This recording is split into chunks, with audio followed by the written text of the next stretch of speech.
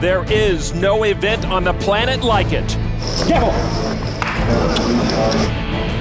The World Series of Poker main event. You know who wins the main event whether you like poker or not, and that's why it's the one event that you still want to win more than any other. Winning a bracelet's everyone's dream. Winning the main event is, ridiculous. I'm all in. A poker melting pot of pros, amateurs. Are you kidding me? Come on. Is that good? I gave you a chance to bet your could you have a flash? And everyone in between. First cows to ever win the main event. Many have come and gone, but the poker star power still shines brightly. This endurance test of Texas Hold'em is set to kick into high gear. Ready for the run to glory and the gold bracelet. World Series of Poker! Showtime!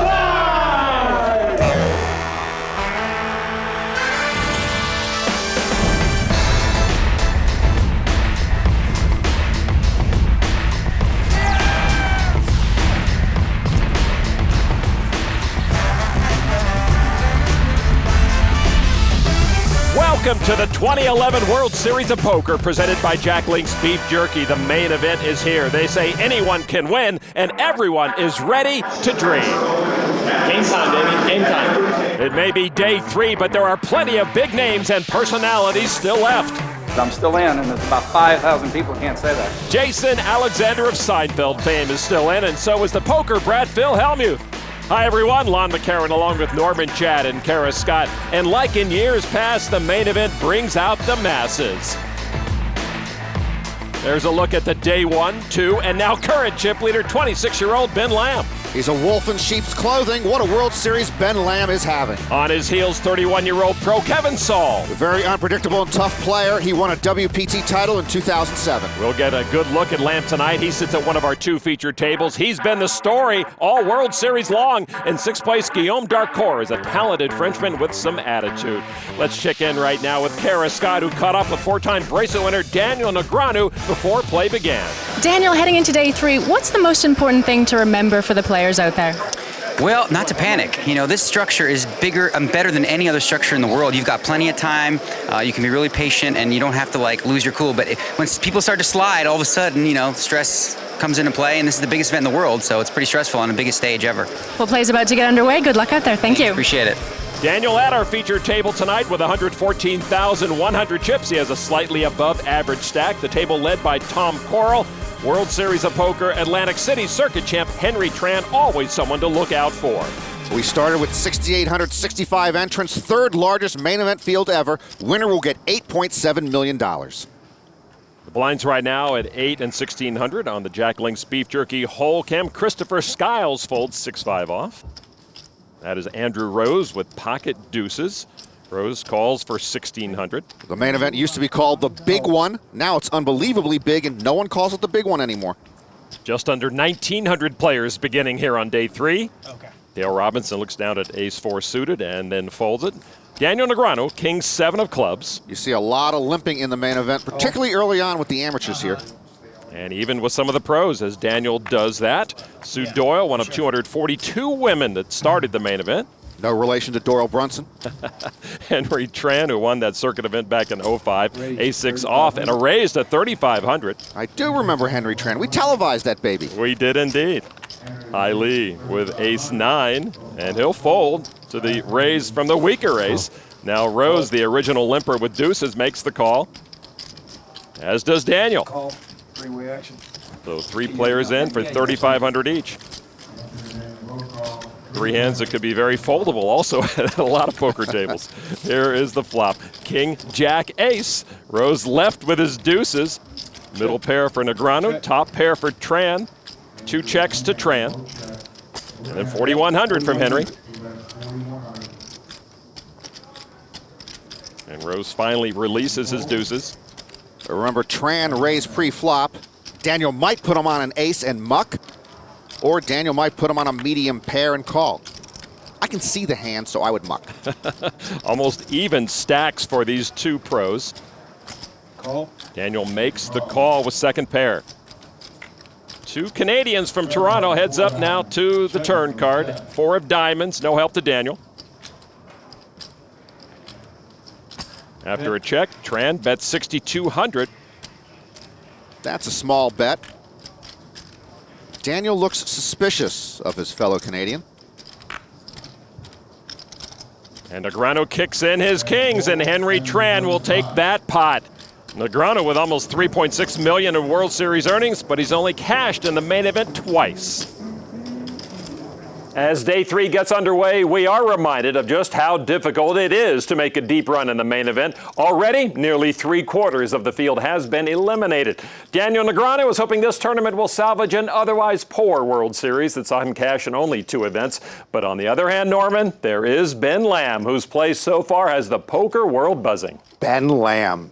Ben Lamb. He's young, he's good looking, he's got lots of money, he just won his first bracelet. In short, he's just like me. Well, we have some similarities. Anyway, he's the chip leader to start day 3, which means one thing, nothing. Hey, don't get too cocky, Ben. Day 3 chip leaders have rarely made the final table. There is Ben Lamb at our secondary feature table in the maroon shirt. Across from him, German pro Alexander de Boos. He's had some success on the European Poker Tour. At this table, de Boos sits in second place, way behind Lamb. Another familiar name to poker aficionados is Dan Kelly. He goes by DJK123 online and is a tournament force. Definitely a tough table out there in this 2011 main event. 26-year-old Ben Lamb presently in second place in the Player of the Year standings behind Phil Hellmuth. He has King, Queen off. I forgot to mention Ben Lamb also has a girlfriend. Another thing we have in common. Raised at 3,400. Does your wife know about that? Old habits die hard. Dan Kelly, DJK123, with ace, jack, and a small blind. This is another guy who's just too good, too young. Kelly, 22 years old. He makes a call in the big blind. Michael Ruby lays it down, so it will be heads up. Kelly with his ace, jack, and king, queen for Ben Lamb. The flop is queen, 9, queen. Welcome to the Ben Lamb series of poker trips. Kelly checks. Lamb bets 5,000. It's been all Ben Lamb all the time. This matchup, Lon, reminds me of the Wonder Years. Dan Kelly is Kevin Arnold, and Ben Lamb is Kevin's older brother, Wayne. All right, to the turn they go. 10 of clubs. Kelly with an up and down straight draw, but only the bottom half is live for him. Kelly checks again. Ben Lamb puts out 12,500. Tough call here for Kevin. Winnie would tell him to fold. But everyone seems to be calling Ben Lamb's bets this year, just handing him chips. Kelly with the call. River card. Tray of diamonds, that misses Dan Kelly. And he checks a third time. Lamb will look for value here. With the 3 queens, 26,500 now to Kelly. Yeah, this is a much tougher game than the one at Robert F. Kennedy Junior High. Paul Pfeiffer would tell him to fold. Can Kevin make this fold? To Wayne, he does indeed. And there you see firsthand how a chip leader builds his stack. Sometimes in small chunks, sometimes in larger, but almost always moving forward. Chip leader does get stronger here. To the outer tables, we find comedian Brad Garrett. He just shoved with ace-king after turning an ace. Decision time for Zarek Megerdishian, holding only ace-queen. I don't have much. You don't need much. It's me with 2,900. He sounds like a used car salesman, sir. Don't fold. Come on, we can have dinner together. I got a hand. What? If you got a hand, bet. Come on. It's good TV. You call? Yay! All right. Good luck, man. Seriously. Garrett way ahead, but at risk. He called you. Oh. Ouch. Celebrity slow roll. Wow. Don't. River card, another ace. Garrett will double up. Thank you. I love Brad Garrett, but he slow rolled that nice man. This place blows. In my way, pony. Why are you clapping? I won. They're clapping because they thought I was leaving. They want me to leave. I want the whole aisle cleared. The funny man doubles to nearly 59,000, about half the chip average, but still kicking. Here at the World Series of Poker main event, a big name does not guarantee a ticket to day 3. The chance of surviving days 1 and 2 was about 1 in 4. Michael Mizrachi won't be back at the final table. Popular rapper Nelly and Ray Romano made early exits. Set my second aces in 5 years, cracked. Hoop star Paul Pierce made it to day 2, but could not pull off the rare NBA main event double. That was a great experience. I enjoyed it, and I'll definitely be back. Being a former main event winner does not guarantee you future success. Chris Moneymaker, one of several who could not repeat history. The legendary Doyle Brunson was knocked out early. He keeps hinting he won't be back, but we're always glad to have him. And the defending world champion Canadian Jonathan Duhamel was also knocked out. Next year, I guess. The 6,865 entrants made for a prize pool of nearly $65 million. 85 countries represented at the main event. Someone will leave with the $8.7 million first prize. It won't be Duhamel, but maybe Hellmuth or Joe Cata will win their second. There is Joe holding pocket sevens. He just re-raised his opponent Thomas Hammers, who has ace-king. Hammers cashed in back-to-back main events in 05 and 06. Hammers moves all in. And Cata with a quick call. That all-in call there from Cata for about half his stack. Hammers doubled through Joe Cata earlier at this table, now trying to do the same thing. No ace, no king. Cata's pocket pair still good. Turn card is a jack. Broadway draw for Hammers now. Hammers looking for an ace, king, or 10. The river card, the 9 of spades, and Cata's sevens will hold up and knock out Thomas Hammers. Joe Cata, of course, youngest ever to win the main event. If he wins it again, he won't be as young. All right, over to Jean-Robert Ballon on the left of your screen, who just bet $5,000 after flopping top pair. Both he and his opponent, Sarah Bilney, have the same wheel draw. Bilney was 63rd at the 05 main event. Known as Aussie's Sarah, she makes the call. Turn card, king of clubs, blonde with a flush draw. Bilney can only hope to chop the pot now. Jean-Robert checks. All in. And all in from Bilney. Bilney all in, drawing dead to a chop.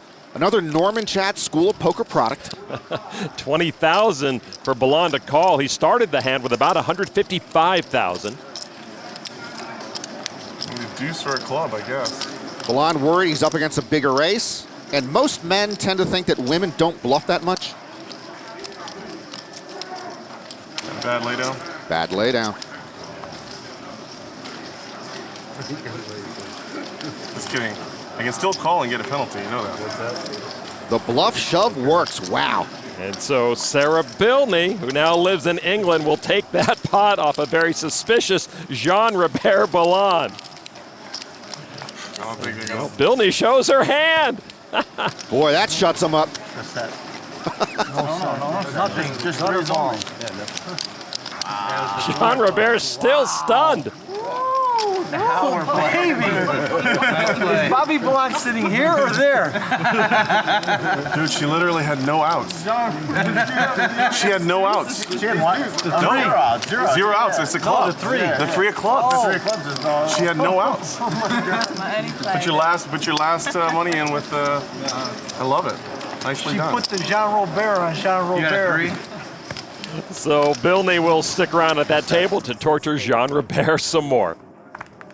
Let's get back to our feature table. 1,830 players remaining in the main event.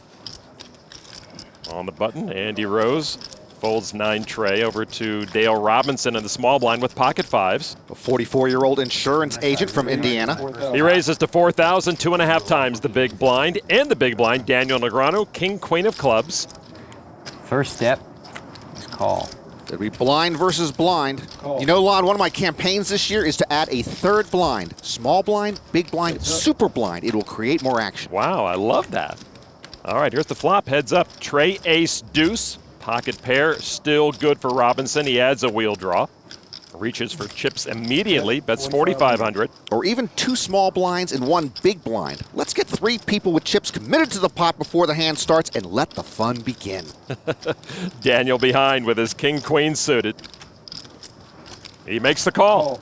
Daniel might think his king is good, or he's planning to take the pot away later from the amateur. Turn card, 10 of hearts. Robinson still good with the pocket fives. He checks now to Negreanu, who picked up a gut shot Broadway draw. Well, Robinson's check there pretty much tells Daniel he doesn't have an ace. Daniel checks behind. River card. Queen pairs Negreanu. Ceylon, this hand would have been a lot more fun and intriguing if there was a super blind in it for three-way action. Robinson perhaps thinking he can't win a showdown, bet 6,500. Daniel looks perplexed. That was almost a really good card for me. Daniel would have preferred seeing a jack to hit Broadway. Well, this day has not been going well for Daniel, and of course he's trying to figure out a man he's likely never seen before. I would fold, but of course I would be wrong. Negreanu trying to work this one out, makes the call. How big? Not big enough. Daniel's queens will take the pot. Good call. I called that time the big blind only because he had 5s. Remember, I keep saying I keep folding that in the big blind position I had. Well, one of our features this year is to hear in-depth analysis from the pros on certain hands. Here's Andy Block on what we just saw. In this hand, we see a little skirmish between the two blinds. Robinson opens up with pocket 5s, and Daniel calls out of the big blind with king-queen suited. Robinson fires off a continuation bet, and Daniel thinks his king-high might be the best hand since it's just blind versus blind. He gets a free card on the turn and hits a queen on the river. In this spot, though, Robinson makes a mistake here. He's got a bluff, but he's got to bet bigger as a bluff. He bets too small, and Daniel has an easy call with his pair of queens. Bet sizing is one of the most important components of No Limit Hold'em, and actually, Lon, so is shirt sizing. Ben Lamb, the chip leader in the room right now. He finished 14th in the main event 2 years ago, earning over $633,000. See, if I'm Ben Lamb here, I go with one size larger. Ben chooses to bet 1 or 2 or 3 sizes larger. With King-9 of diamonds, he does raise the 3,500 over to Debus, the second biggest stack at this table with 10-9 of hearts. He calls. So are you with me on small blind, big blind, super blind? Oh, yeah, absolutely. I'm there. Awesome. I will be your biggest endorser. Yeah, it changes all the math, and let's say you want to race from the cutoff. Now you got to worry about the button and 3 other players behind you. It's just fascinating. The 2 blinds fold, so it will be heads up. Debus dominated by Ben Lamb. The 2 biggest stacks, heads up here. 9, 10, deuce, just a pair of 9s for Lamb. He checks 2 pair for Debus. Debus born in Germany, but now lives in Austria. Chips in hand. 6,500. Debus likes top 2, and Ben probably doesn't mind middle pair with a big kicker. And he does make that call. Turn card now. Debus way ahead. Tray of diamonds. Lamb gets no improvement. Checks again. So the tray of diamonds never changes anything on the turn. It's a stupid card. Debus with the 2 pair. Bets 11,500. Ben Lamb usually likes to be the big stack bully, but he's wary here of Debus's hand. That bet was almost half the pot.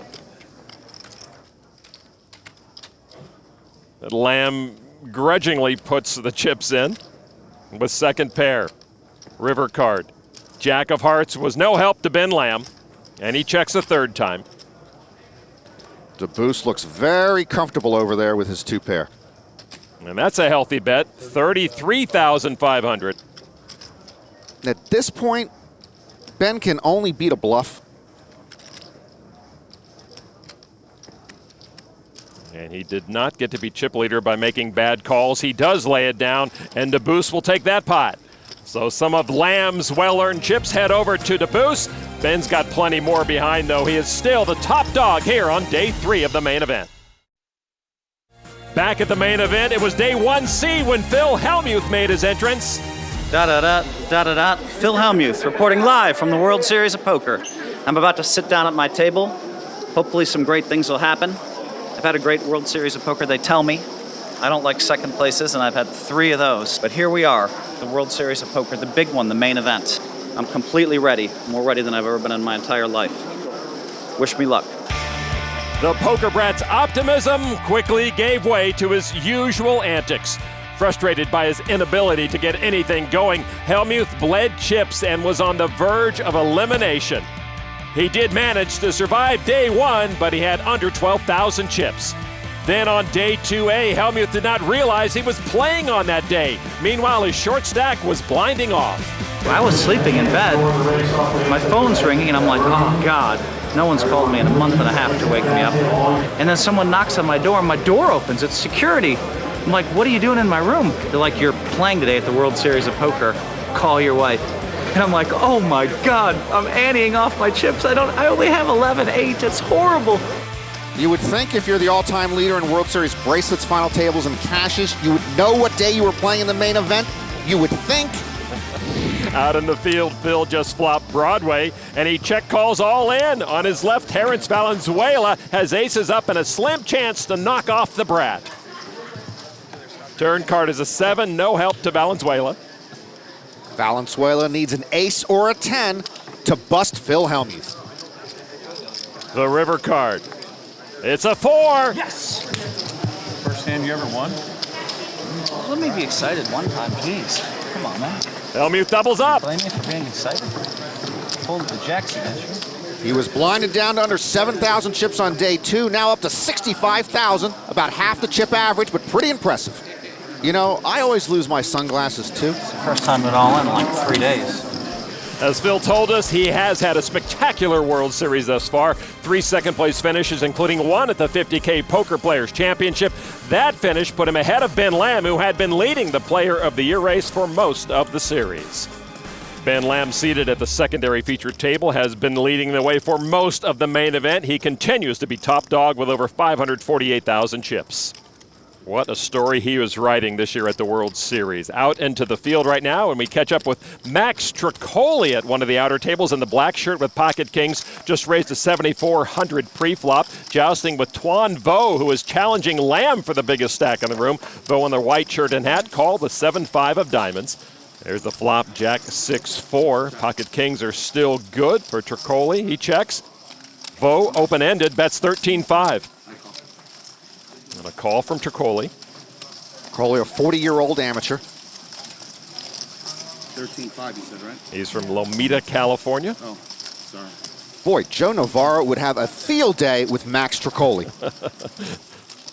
All right, turn card. Queen of clubs, third club on board. Check. Tricoli checks his kings again. Vo, a 37-year-old pro. That's 27,000. 27. Vo virtually motionless, and Tricoli makes me nervous. He's 3 chapters in the Book of Tells. And he throws in a call.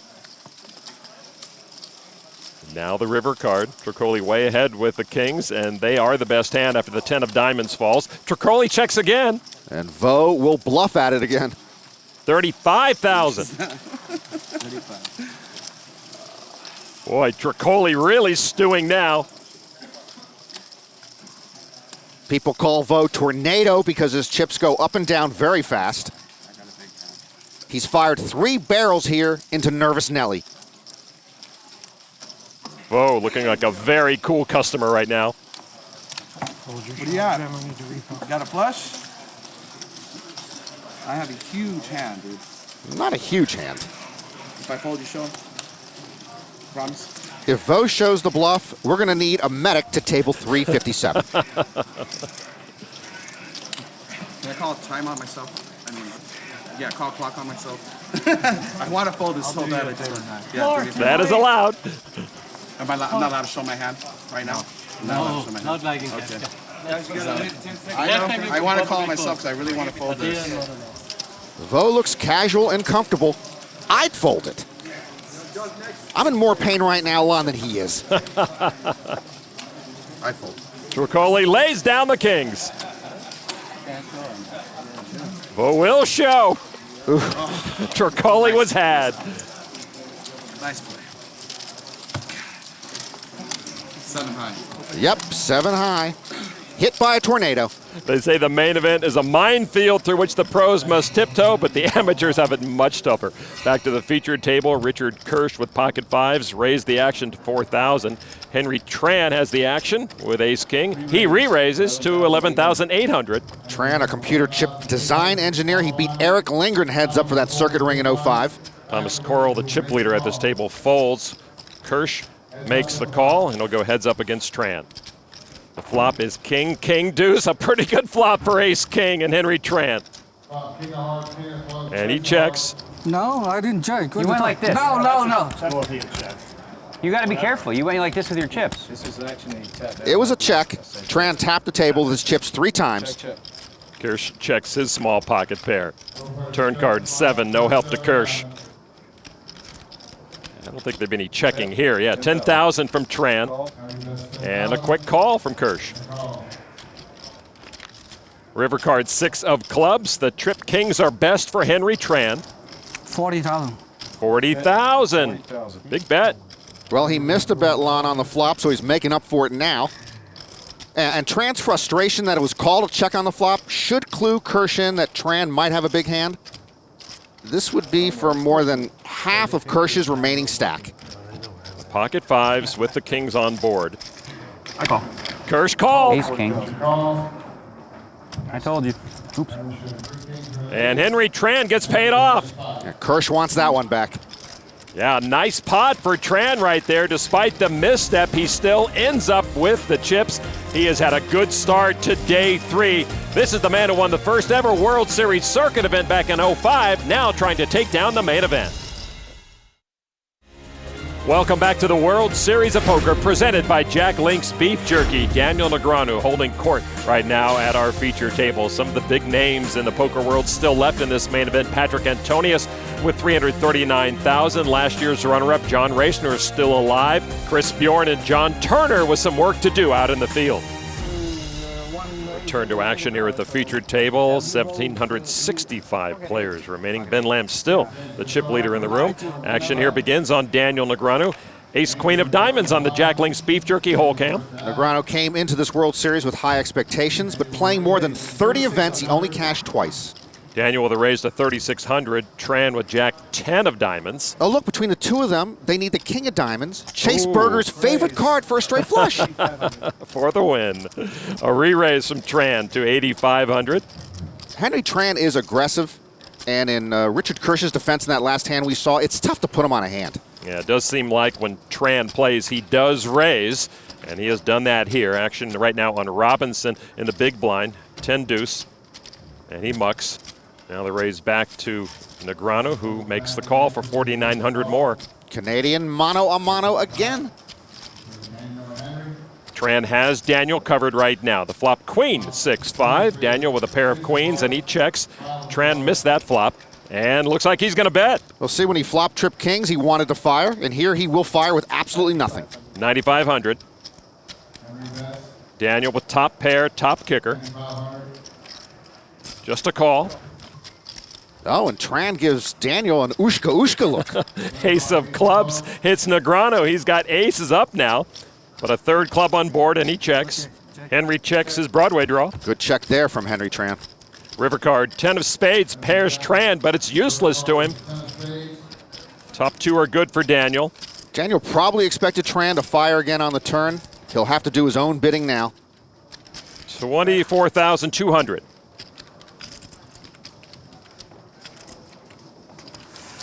Okay, you win. I just have Queen Jack, so it's tough to. Tran folds. Queen Jack, you got really lucky. You had Queen Jack, you got really lucky on the turn. You're lucky. You got lucky on the turn. Come on, show one card. What's the difference? I'm telling you got lucky on the turn. If you had Queen Jack, you got. You lucky on the turn. No, you're lucky on the turn. If it was in club, you in big trouble, sir. No, I'm not in big trouble. I got you. What you got? The whole time. I have Ace of Diamond, Queen of Diamond, top 2 pair. Top 2 pair. Yeah. What do you got? Queen Jack? No. You re-raised me with Queen Jack? He re-raised you with worse. Tran loses chips, but still up on the day.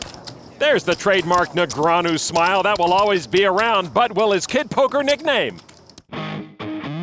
Well, I thought about it, and Kid Rock is what, like 55 years old, and he's still Kid Rock? So I feel like it's more a sense of like how old I feel, and I feel like a kid. Daniel Negreanu should be Kid Poker as long as he keeps acting like a kid. He still has some like 12-year-old qualities, so that's okay. He can be Father Poker pretty soon. Daniel Negreanu will be Kid Poker when he's Doyle's age. I think it's about time he became ex-Kid Poker. First time I heard it, I assumed they were being facetious. I don't think you're allowed to be Kid Poker when you're 50. To change your nickname in the middle of a sport is not something that's gonna fly, I don't think. I think you should be Kid Poker forever. so I can always be Kid Poker. But if I ever switch it, I'm playing with Dan the Man, you know? But I don't really like Dan, so that wouldn't work. He's 36. I think Kid Poker is midlife crisis poker now, but it just doesn't have the same ring to it. At an outer table, Negreanu's friend and two-time bracelet winner Jen Harmon is smiling despite being all in with pocket eights against the two kings of former French boxer Yoann Zawi. The flop is 6-4-5, a gut shot for Jennifer. Jennifer triples her outs. Turn card, tray of diamonds. And a deuce would chop the pot now. River card is an ace, a blank for Jen Harmon. She has been knocked out by the former French fighter. We always show Jen Harmon getting knocked out. Just once, I'd like to show her getting to the final table. Her vanquisher, Zawi, is a regular at the Aviation Club in Paris, and so far, enjoying his first ever main event here in Las Vegas. Over to our secondary table, where the tournament chip leader sits in seat 1 just to the left of the dealer, Ben Lamb with 541,000 chips. Lamb has had that many chips in front of him for the entire World Series. It seems that way, doesn't it? Action on Ian Costello in the white hat with pocket kings. 33-year-old pro. He cashed at an earlier no-limit event here at this World Series. Splits his time between living in Vegas and Northern California's coastal town of Pacifica. A raise to 3,800. Lamb gets out of the way. Folded to Marvin Peltola with aces.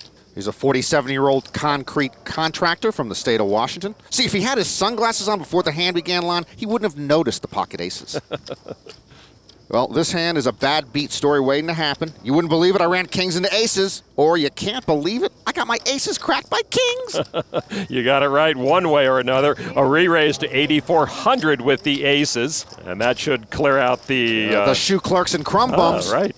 Costello with the kings raises Peltola all in. And, of course, a snap call from Peltola. And he's in good shape to double up. The sunglasses are back off. And Costello looks like he wouldn't mind being blindfolded now. All right, here we go to the flop. Aces versus kings. 10-9 deuce, no paint. Good news for Peltola's aces. Aces are still better than kings, Lon. I'll keep you up to date. Thank you very much. Turn card now. Tray of clubs. He must have got a king on the river with the aces still beating the kings. Costello needs a king. River card is a 7, and the aces hold up. Peltola doubles to over 74,000. Well played. I don't know about that. I just got lucky. Every player's dream, every player's nightmare. Aces versus kings. I call. All right. Well played. I don't know about that. I just got lucky. Welcome back to day 3 of the World Series of Poker main event presented by Jack Link's Beef Jerky. The main event plays no favorites. Past champs get no free passes. There you get a look at the champions' banners that hang just outside the poker arena. Doyle Brunson went out on day 1. Last year's champion, Jonathan Duhamel, we saw busted on day 2. But 7 world champs are still left, including the 2002 winner, Robert Varconi. Varconi playing in the outer tables right now in a big pot with Marvin Rettenmeyer. Varconi flopped a straight, but can only hope to chop this pot at best because Rettenmeyer flopped a bigger straight. The likable New Yorker in a treacherous spot right here. He could be the next main event champion casualty. Varconi flops the straight, but Rettenmeyer with the only hand that beats him right now, the higher straight. Rettenmeyer just re-raised to 45,000 with his queen high straight. Out of Varconi with a jack high straight. I'm all in. He re-raises all in and gets a quick call from the German pro. Varconi all in and about to be all out. And you see Robert's wife, Olga, in the background coming in to hear the distressing news. Her man has 1 foot and 2 hands out the door. And now the turn card. And there's a queen! The only card that could bail Robert Varconi out. This guy gets lucky every 9 years. And he does survive and chop that pot with Marvin Rettenmeyer. Back to our secondary featured table. Chip leader Ben Lamb sits here. Action will begin on Ian Costello in the white hat on the right. And he's got the Jack Link's Beef Jerky wild card hand. Take your shot, Norman. Main event wild card hands are the toughest in the business, Lon. Looks like he's raising from under the gun. It smells like A or B. He raises to 3,700 to Carlos Boyd with pocket aces. Oh, whatever he has, Costello is up against pocket aces again. I've always taught my Norman Chad School of Poker students not to play against pocket aces. Boyd with a re-raise to 8,500. He owns a security business in Panama, and the 2 early raises have quite an effect on the rest of the table. Now back to Costello. He makes a call for 4,800 more. Costello's calling here. Definitely pocket tens or ace-jack suited. Two short stacks going at it. Boyd with a slight chip advantage. The flop is 6-10 ace. Boyd flops a set of aces, and they both check.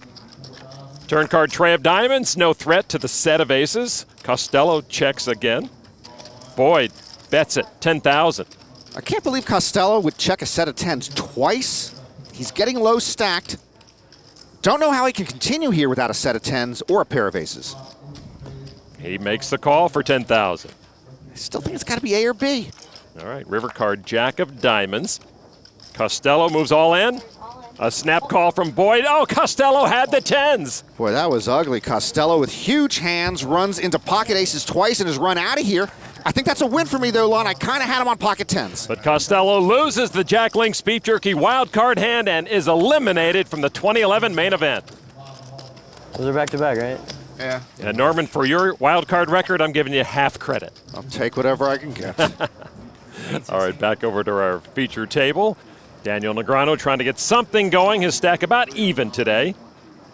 Lee with 6-5 off on the Jack Links Beef Jerky whole cam. He folds. I'm still feeling Ian Costello's pain. Oh, yeah, no kidding. Now Richard Kirsch moves all in with ace-queen offsuit for 15,600. Doyle Brunson says never commit your chips with ace-queen. So far, he's in luck. A number of folds behind him. How much is it? Now over to Brian Dennis with pocket aces. He does make the call. It's a pocket aces fire sale here. Kidding. All right, so heads up, and Kirsch sees he's in a world of hurt. The 27-year-old trying to knock out the 38-year-old. Kirsch at risk. The flop is Trey 8, King 2 diamonds. Kirsch needs immediate help on the turn now. 10 of diamonds? Yeah, that would be a good one for you. That's a pretty bleak flop for Kirsch. Not so good for me. Huh? I don't want to see it. No, I would assume not. Turn card, deuce of spades, and that will do it. Richard Kirsch drawing dead, eliminated from the main event by Brian Dennis. Texas Dolly speaks the truth about ace-queen. An ace on the river just for good measure means a set of aces wins it for Brian Dennis. Boy, when aces do their job, especially at the main event, there's no better feeling.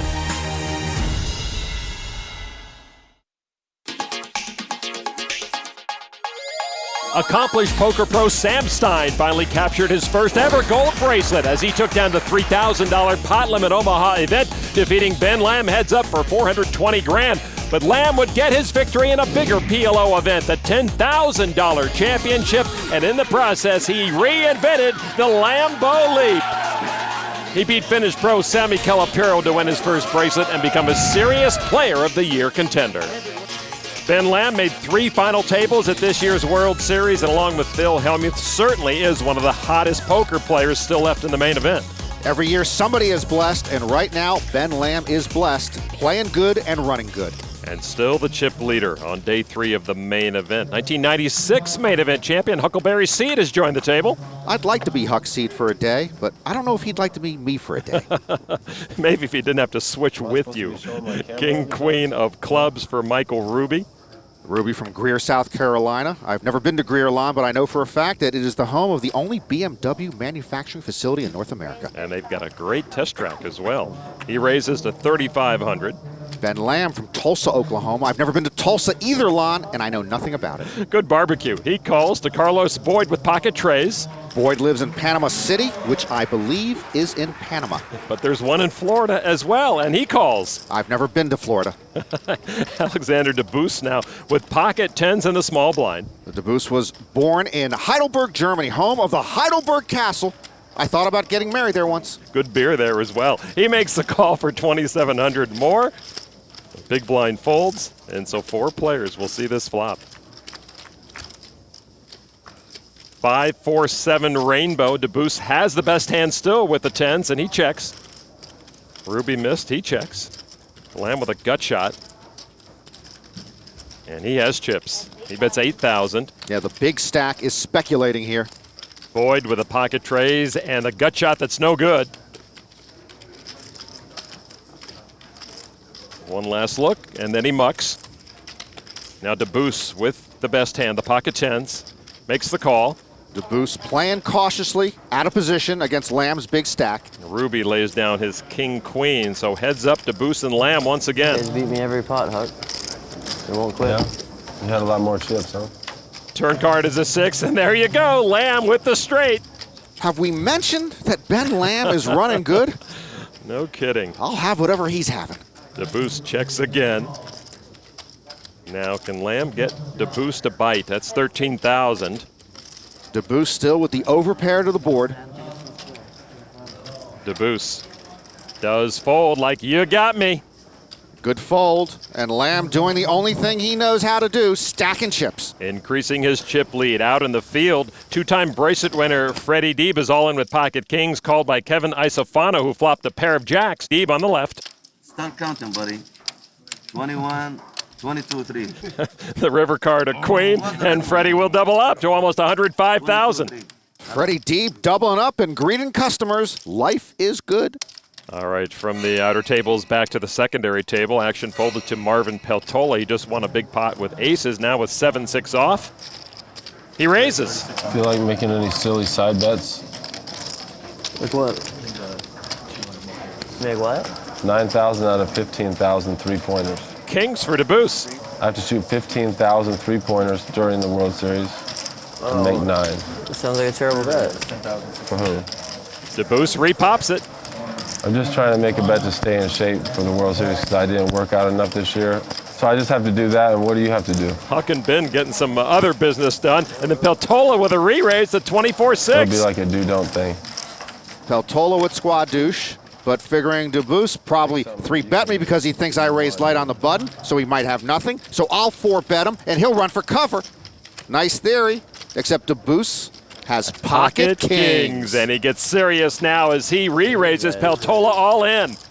I'd call that a legitimate 5-bet, and Peltola's splash-a-thon is over. The 7-6 ends up where they belonged a couple of minutes ago, and DeBoost will take that pot. He's got over $1 million in online earnings now with over 200,000 chips here on day 3 of the main event.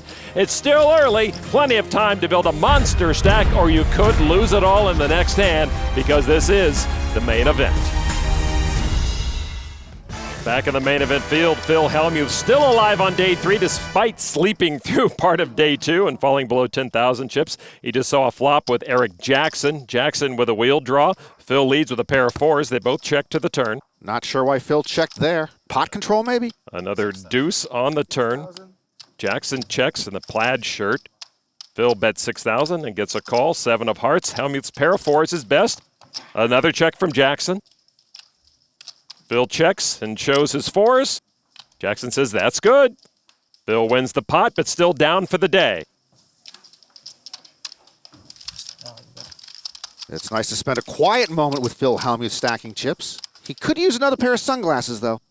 Elsewhere, another top pro is all in. Jason Mercier in the yellow behind Russian pro Andrei Zychenko, who leads with a pair of 8s, but now Mercier turns a flush.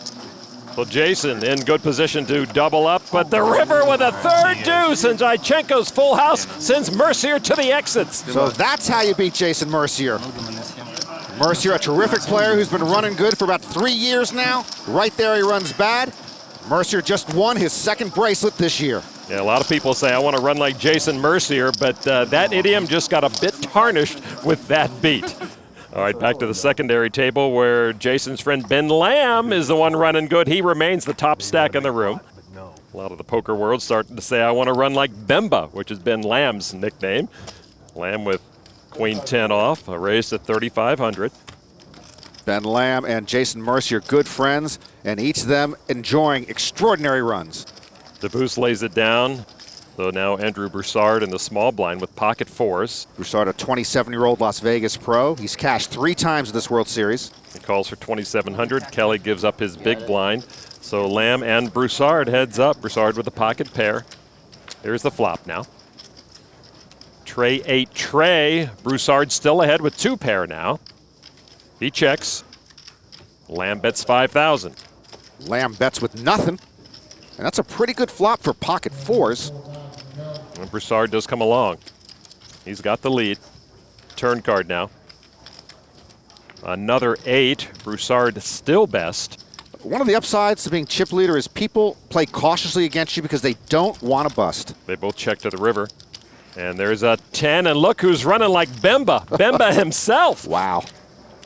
And Broussard checks. It's better to be lucky than to be good, and in Ben Lamb's case, he's been both most of this World Series. Lamb with 10s and 8s bets 18,000. Broussard with just 8s and 4s. It's very touchy-feely that way. Broussard's got to be worried about the flush, too. Remember, Lamb fired on the flop. A call.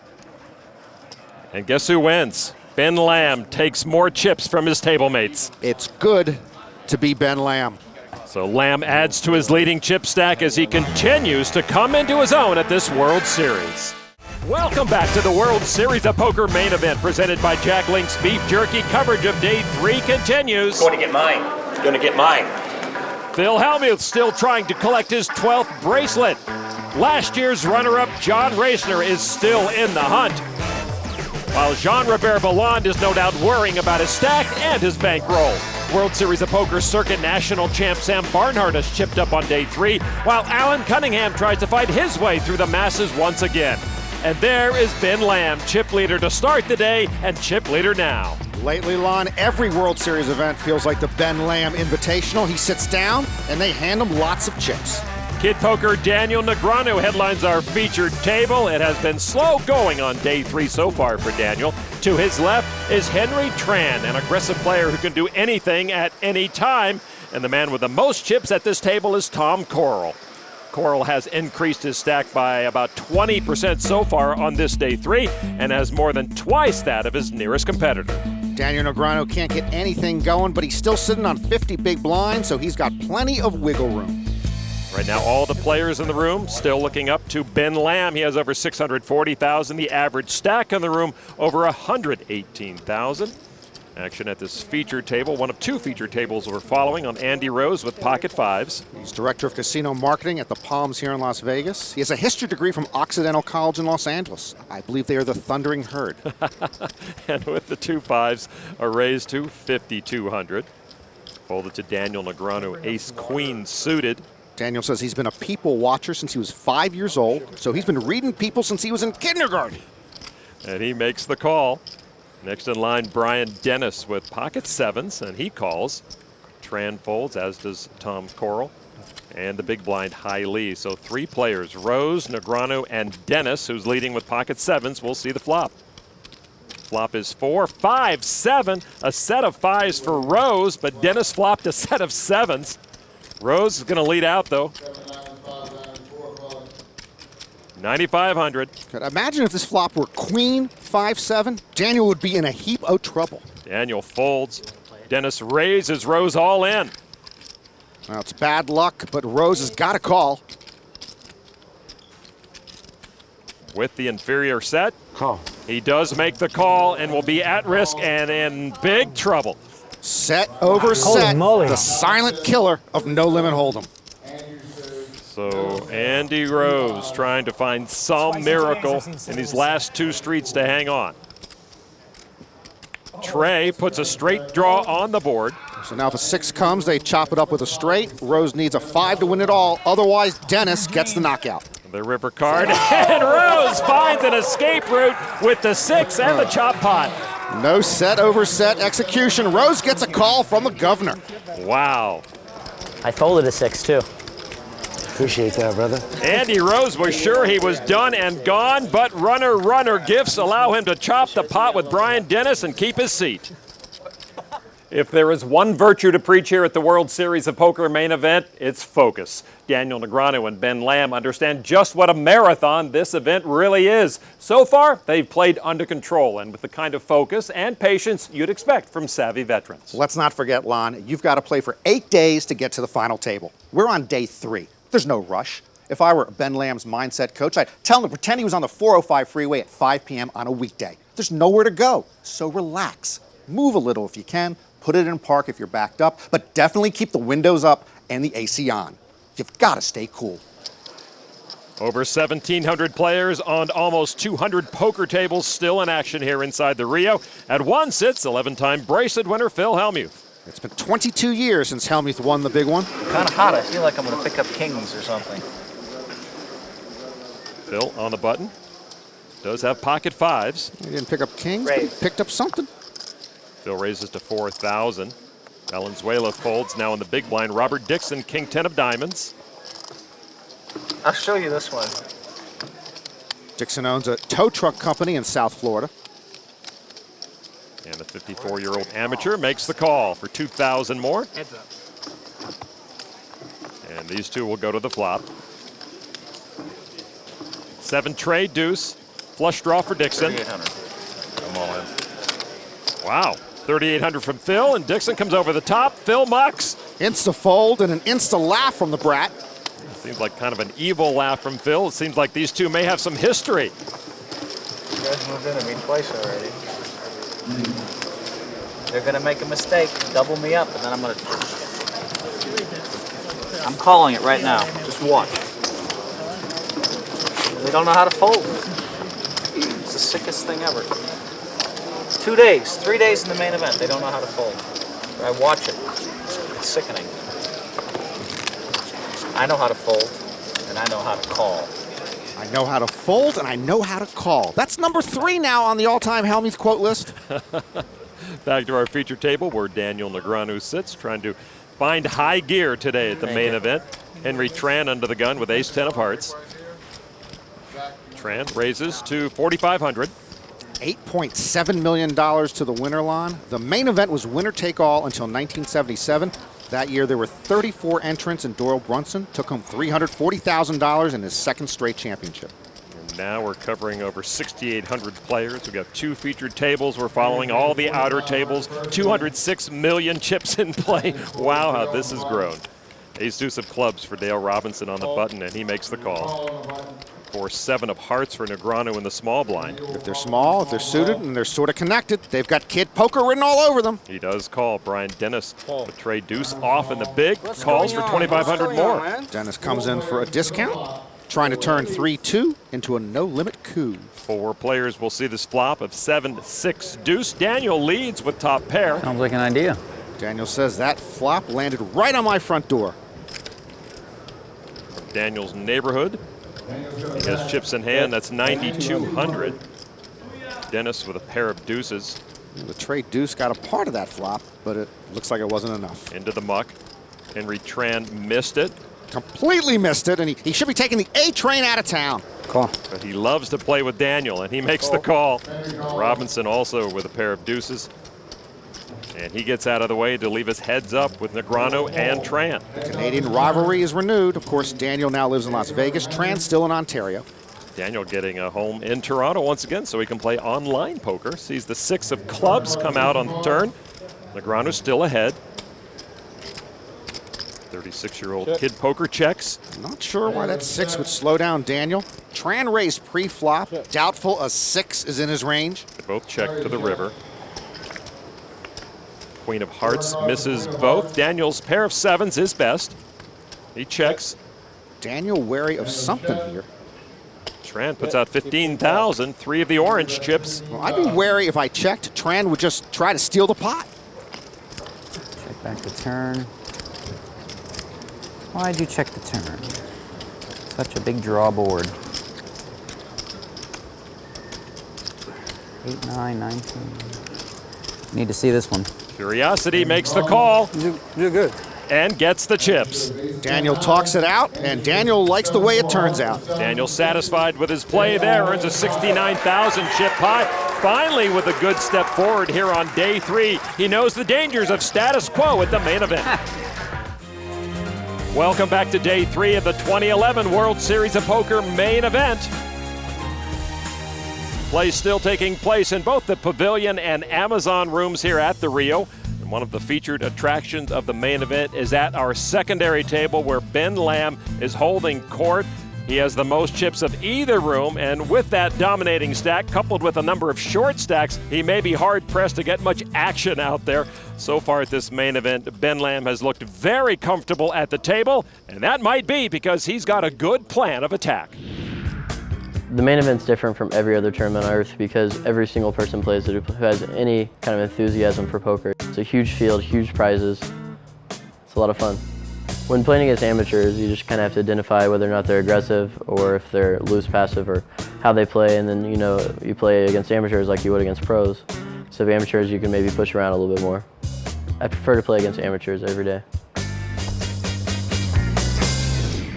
He should like playing against amateurs. Lamb was 14th here at the 09 main event. Former main event champ Huck Seed also at this table. Four-time bracelet winner, struggling at this World Series this year. And German poker pro Alexander de Boos. Known as Koala Bear, 1984 online. You know the koala's not even a bear, Lon. You are a gentleman and a scholar. On the button, Ben Lamb, the chip leader with 2 red aces. Does it seem fair that the chip leader gets pocket aces? And Lamb raises it up. A small raise. A friendly raise. Let's play friendly. A friendly okay? 2,500 chip raise to Peltola with 5-4 of clubs. And it looks like in the big blind, Peltola wants to try a Daniel Negreanu type of hand. The amateur will call for 2,500 more. Go up against the newly crowned bracelet winner, Ben Lamb. The flop 7, deuce 4. Peltola with a pair of 4s. He checks. Lamb checks. Jack of hearts on the turn. That was a very deceptive check on the flop by Lamb. It allows him to lose a small pot if Peltola happens to flop a set and may get him value later. Lamb bet 5,000. No more free cards for the amateur. Peltola called. Another 7 on the river. A check from Peltola. Ben Lamb with aces up. 12,000. Relatively small value bet by Lamb. Aces. And a call. I like Ben's hand. Huck Seed is correct. That was a little better in my hand. Lamb picking on the amateur. By the way, amateurs should like to play the main event. like They my won hand? it 6 straight years, Like your starting hand. with Robert Varconi in 2002. Nice hand. When they called, I liked your hand. I had nothing. So Ben Lamb adding to his stacks of chips here at the secondary table as he extends his lead throughout this main event. 4 chips are in play right now. A good goal is to get as many of those orange chips as possible. Those are worth 5,000 apiece. Blacks 100, blues 500, and the yellows are worth 1,000. Let's go back to the featured table. 4 levels? 4 is what it said on the sheet. That's like awesome news. Daniel happy. They're playing 4 2-hour levels today in the main event. He folded over to Brian Dennis with pocket jacks. The Lon McCarron Memorial hand. Oh, indeed. How can you get away from it? How can you enjoy playing it? A raise to 4,900. Henry Tran with the Jack Link's Beef Jerky wild card hand. Norman, you're 3.5 out of 7 so far. Yeah, well, it's multiple choice. I should bat at least 250 by dumb luck alone. And dumb being the operative word. Good for you.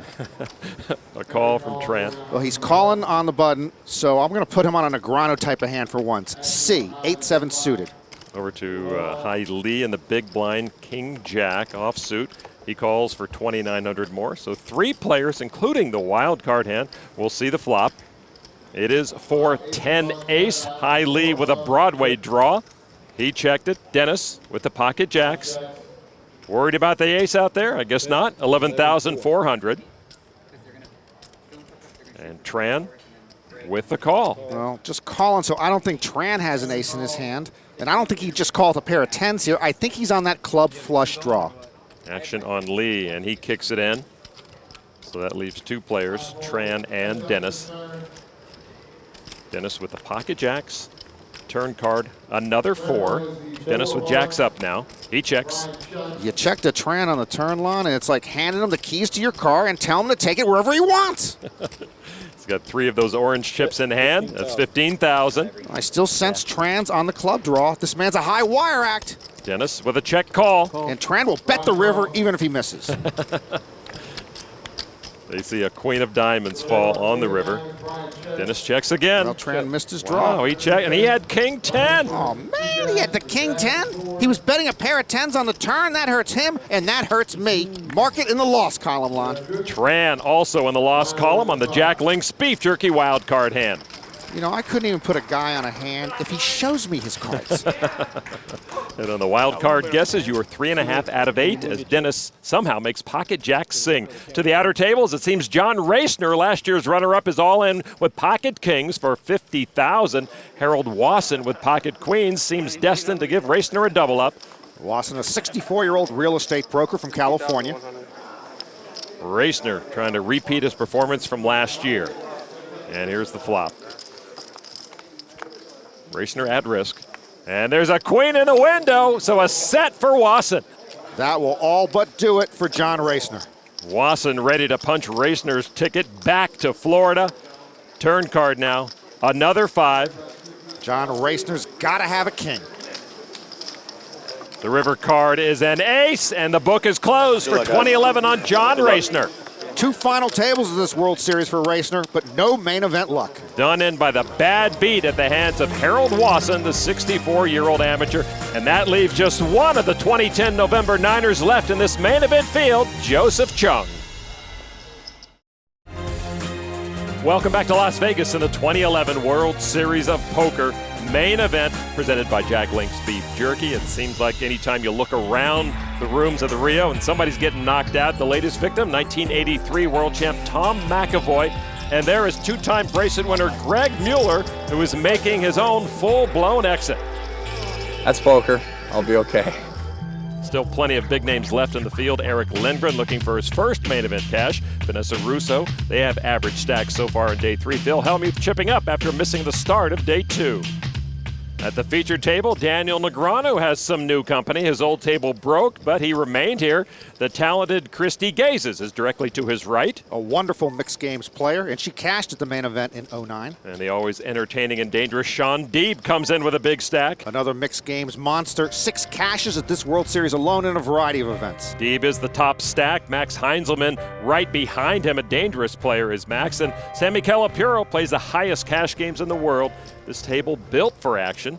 Deeb with king, queen off. Deeb, of course, prolific on the internet. This guy's online so much his right hand is a mouse pad. Of course, the Department of Justice shut down the major U.S. online site, so he's got to find something else to do or somewhere else to live. Deeb raised it up to 5,500. That incited a lot of folds behind him, and no one wants to play with Shaun, and he'll take that. What were the odds of that for you, Daniel? Shaun made his first World Series final table this year, 4th place in the 10-game mixed 6-handed event. Well, Shaun misses being online, but he is a terrific live player. And they recognize that. He raised, everyone else folded. Deeb needs a lot of pots like that to cover his main event buy-ins. He bought his grandmother in as well.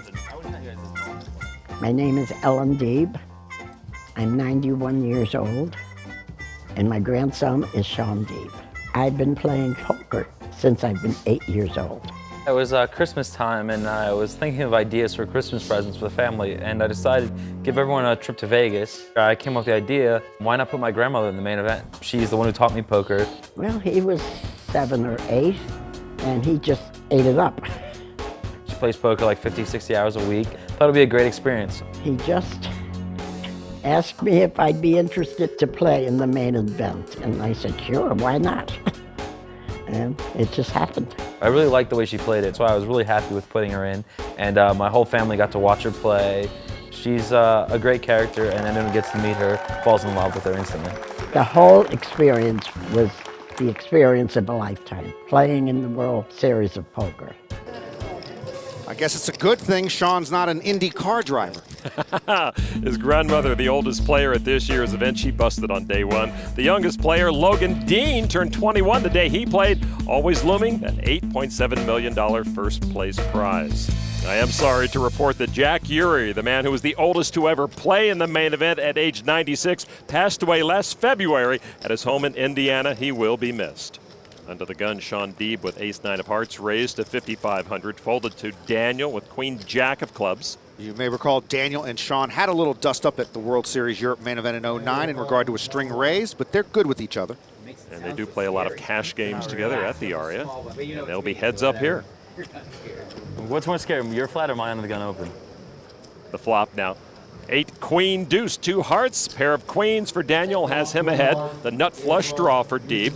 They both check. Big hands, no action. Turn card, 9 of clubs. Daniel's queens are still ahead, plus he picks up a straight flush draw. Time for Daniel to spring into action. 8,200 worth. I don't know if that's springing into action, but it is action. Deeb paired his 9 on the turn, and he makes the call. Both stepping gingerly. River card. 8 of spades, no help to Deeb. With queens up. Daniel likes it. And he... Daniel does like it. A little more. 18,700 from Daniel. Deeb doesn't like it. I guess he could call here if he puts Negreanu on a busted draw. And he does call. And Daniel will take some of Shaun Deeb's chips. The more stylish headgear takes home this one. I like plaid. So Daniel plays against and gets some chips from the biggest stack at this featured table. Deeb slips, Daniel gains. Let's check in with Joe Navarro, who will share the tells he saw in that last hand. Daniel holding very still, doesn't want to give anything away, but then we look at Shaun and we see him exhaling, we see him scratching his face, his mouth opens up, and then the corner of the mouth goes towards his ears. Anytime we see that, basically what he's saying is, I'm hurting here, and we see it again right there. This is a weakness cue, and I'm sure that Daniel's going to take advantage of it. That's how Daniel beat Shaun's grandmother out of rent money the other night in Mahjong. Let's see if Daniel uses that information against Shaun in later hands. Two stars collide. It's Shaun Deeb who took the worst of it.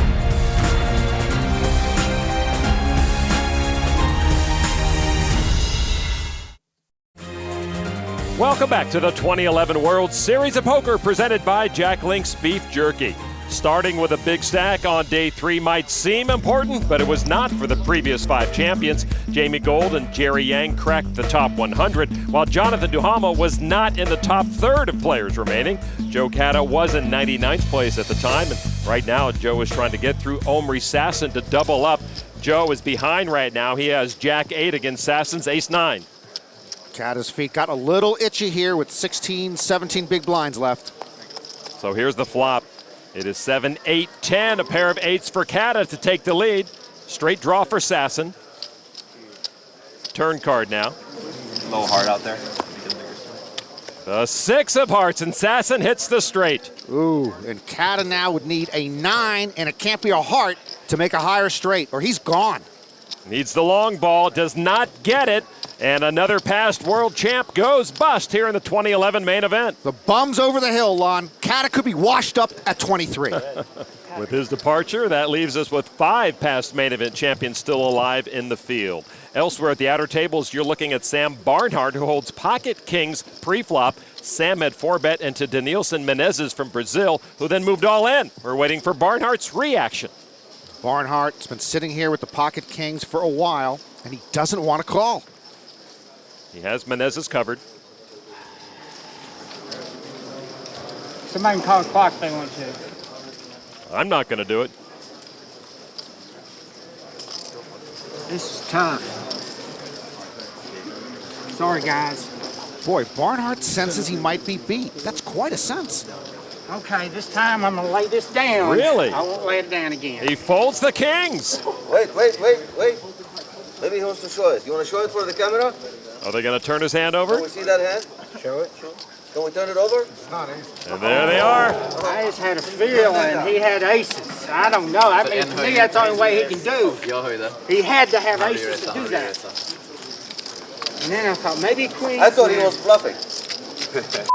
I had queens. I thought maybe he had queens there, but I'm thinking, no, you're not going to push on win. This is a big tournament here. What a laydown.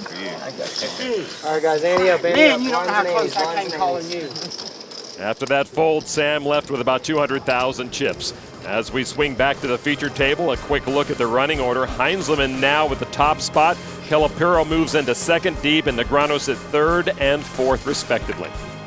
Blinds at 1 and 2,000, a 300 chip Andy. And there is Heinzelman, the German poker pro who turned 21 just about 2 weeks ago. King 10.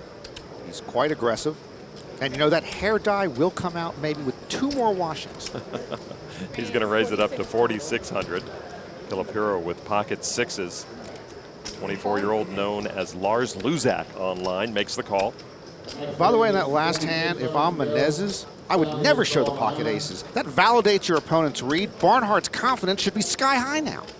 Fold it around to Christy Gazes with ace-queen and the big blind. She final tabled a World Series shoe event in 2001. That's horse without Raz. Who doesn't want to play Raz? 2,600 more, and she makes the call. 3 players will see this flop, Gazes, Calipiro, and Heinzelman. The flop is Jack 5 ace. Gazes hits top pair, and she checks it. Heinzelman now with a Broadway draw. Heinzelman is from the uber-aggressive school. And he bets 7,100. Lars Luzak, a.k.a. Calipiro, folds. And now Christy Gazes with a check raise to 17,100. A nice check raise. The check raise usually signals strength. At the moment, Christy Gazes pretty sure she has the best hand. Heinzelman, as we mentioned, with the biggest stack at this table, will test Christy Gazes, a re-raise to over 33,000. And Heinzelman signaling a frisky and reckless aggressiveness. I don't think Christy Gazes is going anywhere. She knows how to take the heat. She's a poker pro. She's an options trader. She lives in LA. I go on. And Gazes moves all in with top pair. Heinzelman quickly gives up his hand, and a nice win for Christy Gazes. Christy correctly surmises her all-in with shutdown Heinzelman's Operation Swaggelfoos. Gazes has been around the main event for 5 years now, and she told us she's noticed some differences these days. Compared to 5 years ago, which is the time I played my first main event, it's night and day. There was a little bit of this funky stuff going on, but I feel like the internet has given people the opportunity to almost figure out the game No Limit Hold'em, especially tournaments. So it feels like it's almost figured out mathematically. It's going to be a challenge. People are way better and getting better. Christy once married to poker pro Bill Gazes. I always believe that marriage ended because Bill didn't play poker quite as well as Christy did. All right, we head over to the secondary table now, where we get another look at someone who seems to have figured out the entire World Series, not just the main event. Ben Lamb still in the lead, and no meaningful threat to his stack at the other table other than Alexander Debus. Action has been folded around to Debus on the button. He looks down at pocket nines. This is a deep stack tournament. Debus very comfortable right now with 150 big blinds. A raise to 4,500. Broussard with pocket trays in the small blind makes the call. And now Dan Kelly in the big blind. Jack of spades, 10 of hearts. What a smart kid, just 22, just graduated from Villanova. An online monster. And he makes the call for 2,500 more and will tangle with Debus and Broussard. Three-way flop. 6, 9, 10. A bad flop for the trays. Top pair for Kelly, but a set for Debus. Kelly and Broussard both check. That's a draw-heavy board, so I doubt Debus will slow play a set of nines. No, I do understand. He might play slowly, though. Wow, that's amazing. And he is deliberately putting together 8,500. Broussard now. Trays go into the muck. Kelly with a pair of 10s, top pair. Kelly won a no-limit bracelet in 2010, the first year he was old enough to play at the World Series. Kelly calls the 8,500. Debus with a big advantage going to the turn. Deuce of spades, that misses Kelly. Dan now drawing dead. He checks. Debus now with the 3 9s. 15,500. Kelly all in. I call. Debus calls and will hand Dan Kelly his walking papers. Wow. Nothing like moving all in while you're drawing dead. Kelly sees the bad news and immediately hits the rail. A shocking misstep from Dan Kelly, and in a heartbeat, he's gone. Dan Kelly done on day 3, and Debus just got a little more dangerous. I call. Nice hand. Look.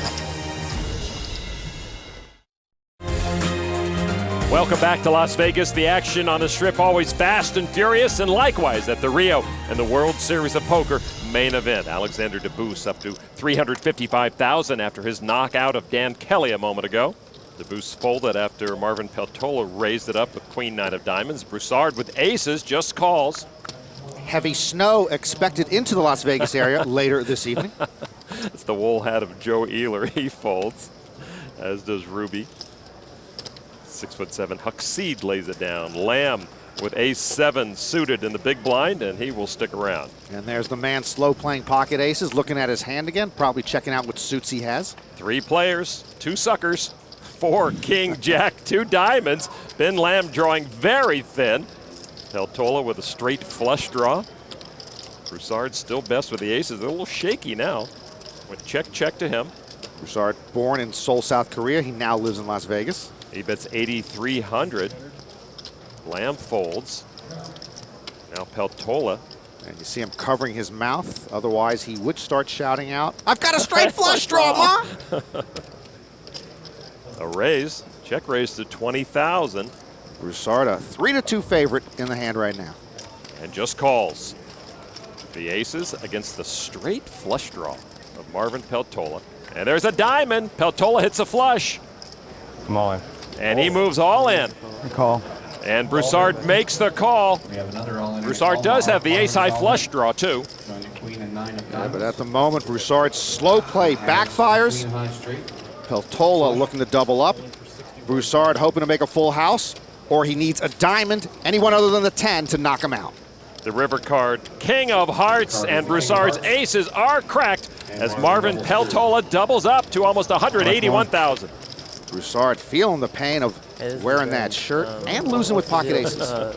So Broussard takes a big hit and falls down the chip count. Huck Seed at this table is nursing a short stack with just 17 big blinds. Lamb and DeBoost, the two top stacks here, are primed to keep the heat on the shorter stacks at this secondary table. Action is on DeBoost, who has over $1 million in online tournament winnings, trying to make a big splash here at the main event. He folds Jack 7.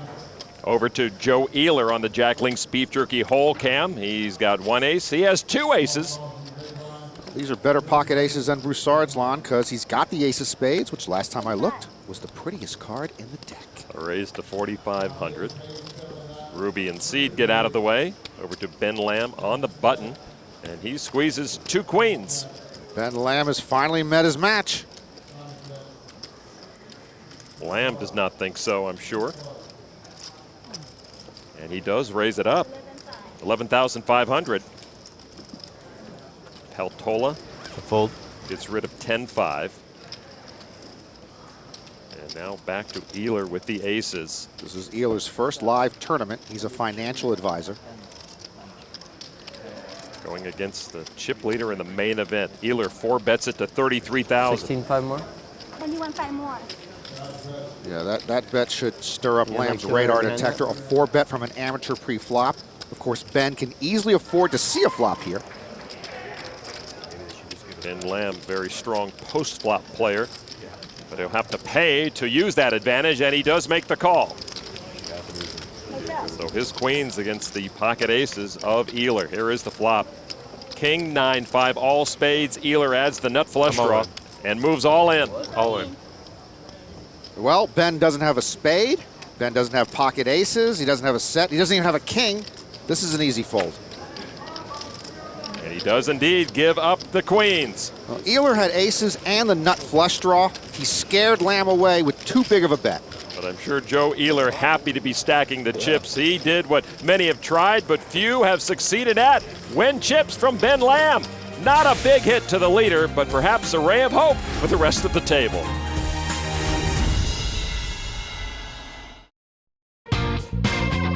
More breakthrough moments here at the 2011 World Series of Poker. The three most recent champs are first-time winners, including Central American-born David Diaz, diagnosed with cancer at age 4. Not only is he fully recovered, but now he has a World Series of Poker gold bracelet. Joining him was 3K Limit Hold'em champ Tyler Bunkowski.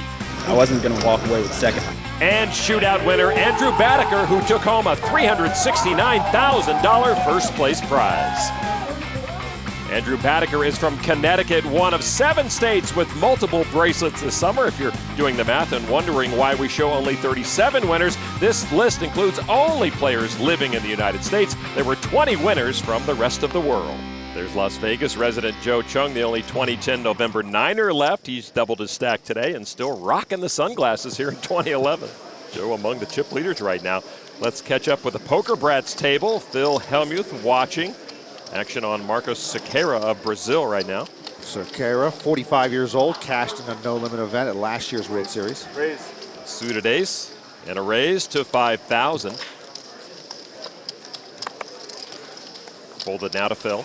I'm all in. And Phil re-raises, Sequeira all in. Hellmuth would have Sequeira dominated here. The Brazilian is short stacked with almost 37,000. was my first all-in. Didn't we see Hellmuth all in on day 2? He was indeed. Sakara makes the call to put himself at risk, and he'll be dominated. Hellmuth in good shape to score the knockout. Here's the flop. 4-6 deuce, 1 heart. I hope for everyone's sake it continues to be a clean board for Phil Hellmuth. Turn card, queen of diamonds, no help to Marcos. Only an 8 would save Sakara. The river card, the 4 of spades, and Hellmuth will absorb all of Sakara's chips into his own stack. Good game, man. Good, very good aggressive play. That lad that kept folding and folding and folding to you. Congratulations. I congratulate Sakara for getting away from Hellmuth without a rant. So Phil continues to try to recover from his day 2 snooze fest. We go from the outer tables back now to our feature table. You know, Lon, I like it when Phil Hellmuth has a kind word for the departed. He has a gentle side we don't see enough. Daniel up from his starting count of 114,100 here on day 3. One of 5 past players of the year still kicking in this main event. With pocket tens, Josh K just raised it up to 4,600. Okay, a 24-year-old poker pro from Florida. He cashed at the 09 main event. Fold it around to Christy Gazes. She will kick it in. Daniel with 8-7 will lay that down. Edmund Chan on the button. Queen Jack of diamonds. He won't play his button. I would have played it. Deeb in the small blind with 2 aces. Yeah, but Shaun has that king-queen suited poker face on right now. He will repop it to 15,600 out of Max Heinzelman. And the big blind, ace-6 off. This German pro is pretty much a dead ringer for the animated poker character Max Rolfs from the Micros. What do you think? Yes, I agree. But whatever is running through Heinzelman's head right now, Lon, has never run through my head. 2 raises in front of him, and he's got ace-6 off. Wow. Deeb with the pocket aces with the re-raise. K with the original raise with pocket tens, and now Heinzelman repops it to 31-3 with his weak ace. Heinzelman just 4-bet into a 3-way pot with ace-6 off. To be 21 again with no credit card debt. That gets rid of K. Now to Deeb. Shaun Deeb now in the catbird seat. With the aces. And Deeb is going to pump up the action to 68,600. Yeah, that's what we call a legitimate 5-bet, son. Okay, whatever is running through Heinzelman's head right now, Lon, had better never run through my head. I know these guys have history online, but this is an automatic fold. No. All in. All in and a snap call. Heinzelman playing for his role. Oh, sure, the standard 6-bet all in with a 6% hand. Heinzelman with a huge misstep against Deeb. All right, here's the flop. Heinzelman at risk. 10-6 king. Deeb still good. Josh K would have flopped a set. Heinzelman now with a 9% hand. Turn card, Queen of Hearts, each with a Broadway draw now. So Heinzelman now needs a jack to chop the pot with a straight or a 6, or he is wamboozled. And the river card. Oh, and Heinzelman gets there with the 6, winning that huge pot from Shaun Deeb. Well, for Heinzelman's sake, thank goodness Deeb is not Phil Hellmuth. Deeb now crippled, and I believe we have found our next main event champion, Lon. My goodness, Heinzelman now the chip leader at this table. That was ridiculous. Well, for a little clarity on what just happened, let's check in with Andy Block. This hand will be talked about for years and years at the World Series of Poker. A 6-bet pre-flop with ace-6 offsuit by Heinzelman. When he 4-bet with ace-6 and got 5-bet by Deeb, you'd think most players would lay the hand down. But Heinzelman decided, hey, I don't think my opponent has aces. I've got an ace. If he got kings, I can still win. And he might lay down queens or jacks. I'm going to put him to the test for all the chips. Unfortunately for him, he guessed wrong. Deeb had the aces. Lucky for him, though, is he did make 3 6s and win a huge pot. Deeb is 25. I'm sure he'll shake off that hand by the time he's 75. That's soon, huh? To the outer tables once again, and we find actor Robert Eiler, formerly of The Sopranos. He just called the all-in of his opponent Evan Louie, who holds ace-jack, Eiler with ace-queen. Here's the flop, and there's a queen for Eiler, putting a big hurt on Louie. Louie all but out of here. Turn card now. Tray of hearts, and he is out of here. Drawing dead, eliminated from the main event. AJ just whacked Evan Louie. Robert Eiler wins the pot, knocks out an opponent, and sits with a better than average chip stack. Yo, who needs Hollywood? Welcome back to the Rio. Let's get our first look at Daryl Jace, who's been one of the biggest stacks in the room for a while, been on Ben Lamb's heels for quite some time. He's hooked up in a hand right now with David Oppenheim.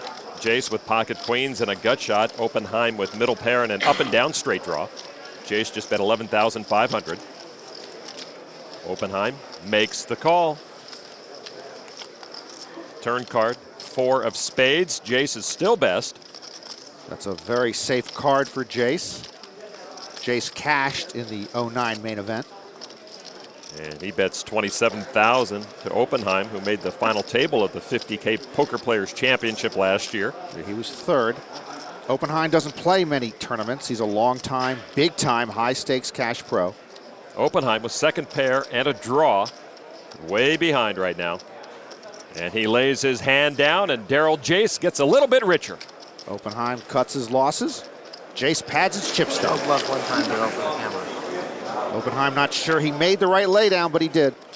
David trying to encourage his opponent to show his cards, but Jace being coy right now.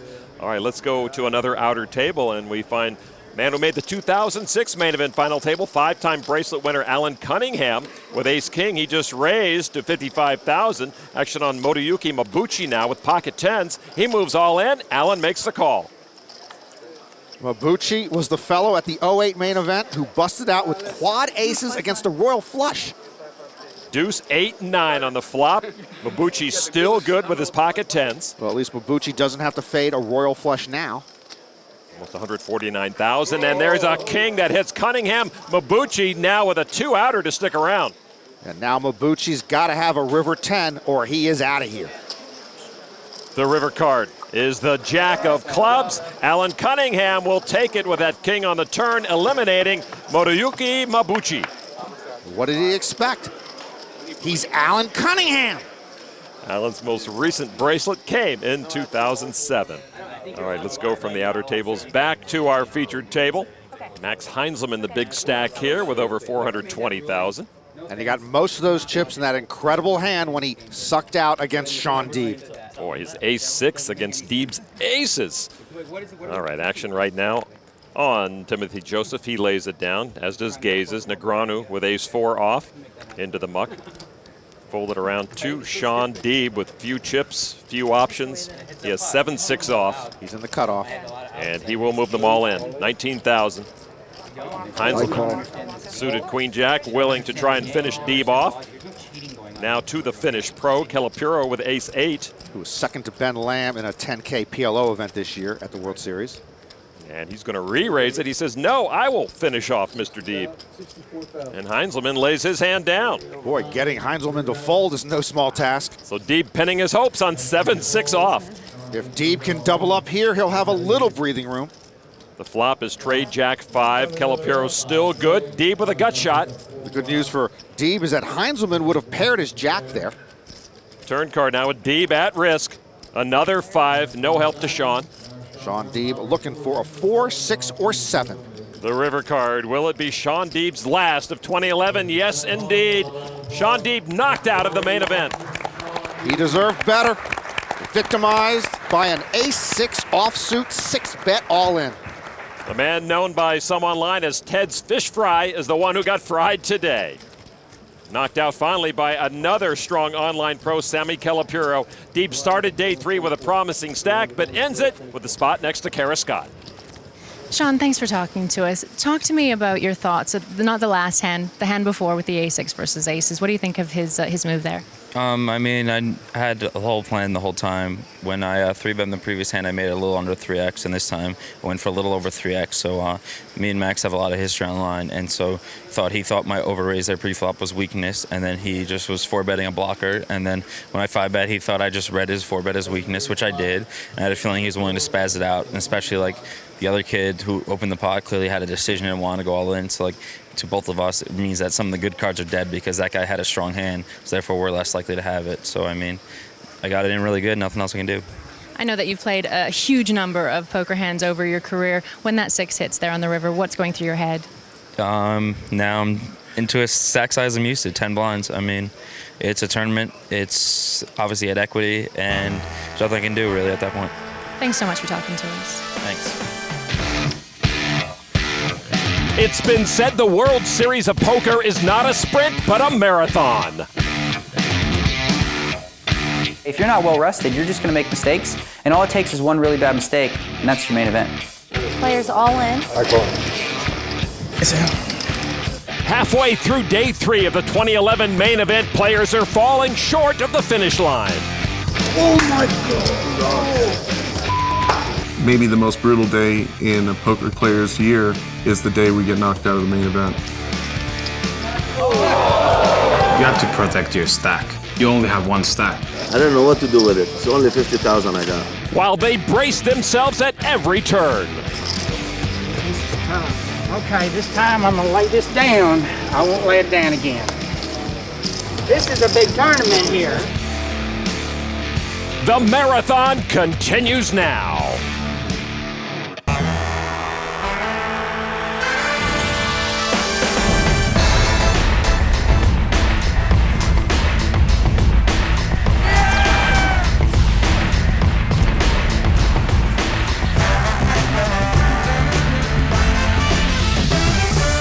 Welcome back to the 2011 World Series of Poker main event presented by Jack Link's Beef Jerky. I'm Lon McCarran with Norman, Chad, and Kara Scott. Tonight, the field continues to shrink as day 3 wraps up.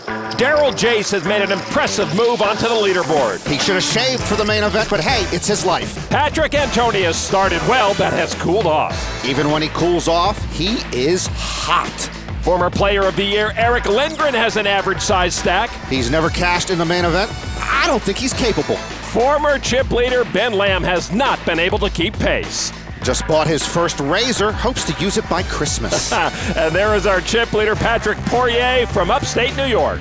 We got used to seeing Ben Lamb atop the leaderboard, but now it is Poirier, the new top dog. Daryl Jason second. Incredibly difficult to hold the top spot in this main event, so this running order will change constantly. 6 Americans in the top 8. America is struggling in general. It's good to know we can still play poker. At the feature table, Daniel Negreanu just holding steady, not something you want to do on day 3. Finished our semi. Calipuro toughens up this table. Aggressive, fearless, dangerous. There also is Max Heinzelman. Any 2 cards, any time of day. He's the man who knocked off Shaun Deeb. He's got the biggest stack of the feature table right now. Calipuro right on his heels. Negreanu with about 55 big blinds. Not time to push the panic button just yet for Daniel. Let's get right to the feature table action on Tim Joseph, an amateur from Los Angeles. Ace-5 of diamonds. He's a 54-year-old realtor. 56. And he makes it 5,600. Blinds right now 12 and 2,400, a 300 chip ante. We started the main event with 6,865 players. First place will pay $8.7 million. Action on the chip leader at this table, Max Heinzelman in the big blind. And with Queen 9 off, he makes the call. Calling with Queen 9 out of position. Heinzelman is a one-man, do not try this at home clinic. Here's the flop. 9, 8, 4, 2 diamonds. Heinzelman with top pair. Joseph with the nut flush draw. Heinzelman checked. I think Joseph will want to bet his draw or not. Nope, he does check. All right, to the turn card. Jack of diamonds. Joseph makes his nut flush. Heinzelman now drawing dead. Yeah, but Heinzelman figures he's got the best hand. With his 9s and a gut shot, he bets 5,600. Of course, there's quite a difference between thinking you have the best hand and drawing dead. And now Joseph. Wouldn't it be incredible if he looked back down at his cards and it was now 6 deuce offsuit? I think it's happened to me. He does make the call. Just a smooth call from Joseph. Heinzelman's been set up nicely for the kill. River card now. Is a queen, and Max improves. The queen's up, but we know that's no good. No, now Heinzelman is on the highway to nowhere. 10,700. Joseph's slow play pays off, but Joseph hoping he can get paid off more right here. The Beverly Hills realtor wondering how much more he can get from Heinzelman. There's the raise to 31,000. And Heinzelman's got to be worried about that river queen. A 10 now would make Joseph a straight. And Heinzelman with a quick fold. Joseph, the amateur, will take that pot. Nice hand, brother. Yeah, 1-1. Yeah. I've seen him at work. Finally. That's the way he reacts after selling a property. Most patient guy at the table all day. Thank you. Got to be patient when you're getting cards like I'm getting. As we hit the midway point of day 3, a few clear storylines have emerged. Daniel Negreanu is trying to end an otherwise miserable World Series with a deep run here in the main event. Ben Lamb is stuck in neutral, and Max Heinzelman, well, his aggressive style, Norman, has gotten him into some tight spots. Somewhere in the middle of the desert, Shaun Deeb is cursing Max Heinzelman. But that's the nature of this main event beast. You have to play well, and you have to hope your pocket aces hold up against ace-6 offsuit. As for Ben Lamb and Kid Poker, the mental game is a real factor. Lamb feels like he can do no wrong, and Negreanu thinks the deck is stacked against him. Tonight, we get to watch these two battle their opponents on very different playing fields. Over on Daniel's playing field at the feature table, action has been folded to him, and on the Jack Links Beef Jerky hole cam, pocket tens. Daniel with a raise to 5,600. Daniel's pretty patient. He knows the main event is full of mistakes and minefields. Daniel sitting with about 134,000 right now, folded over to Heinzelman with queen tray of hearts. Heinzelman doesn't know patience. In the small blind. Heinzelman will play queen tray suited like he's Peyton Manning at second down and a yard to go at midfield, and his whole playbook is open. He must feel like he's been given a second life after that skirmish with Deeb. He raises to 17-1 now to Calipuro, the Finnish pro. No, that was a standard Heinzelman 3-bet. Heinzelman thinks Negreanu is raising with nothing, and Calipuro might think Heinzelman is raising with nothing. I doubt he'd flat call here out of position. Known better as the feared Lars Luzak online, a re-raise to 43,400. Back to Daniel. Oh, there's the 4-bet. Daniel's got the best hand, Lon, but he's not worried about Heinzelman. He's worried about Calipuro. And Calipuro's raise is effectively for Daniel Negreanu's stack. 21-year-old Heinzelman still to act after Daniel. Daniel begrudgingly lays down the tens. Daniel will wait for a surer spot. Heinzelman's never in a surer spot, it seems. Max folds. Sammy takes it with the 4-bet. Very likely to have the best hand. Don't want to put it in with ace-6 anymore? No. Worked out the last time. He's looking to see a flop with that guy.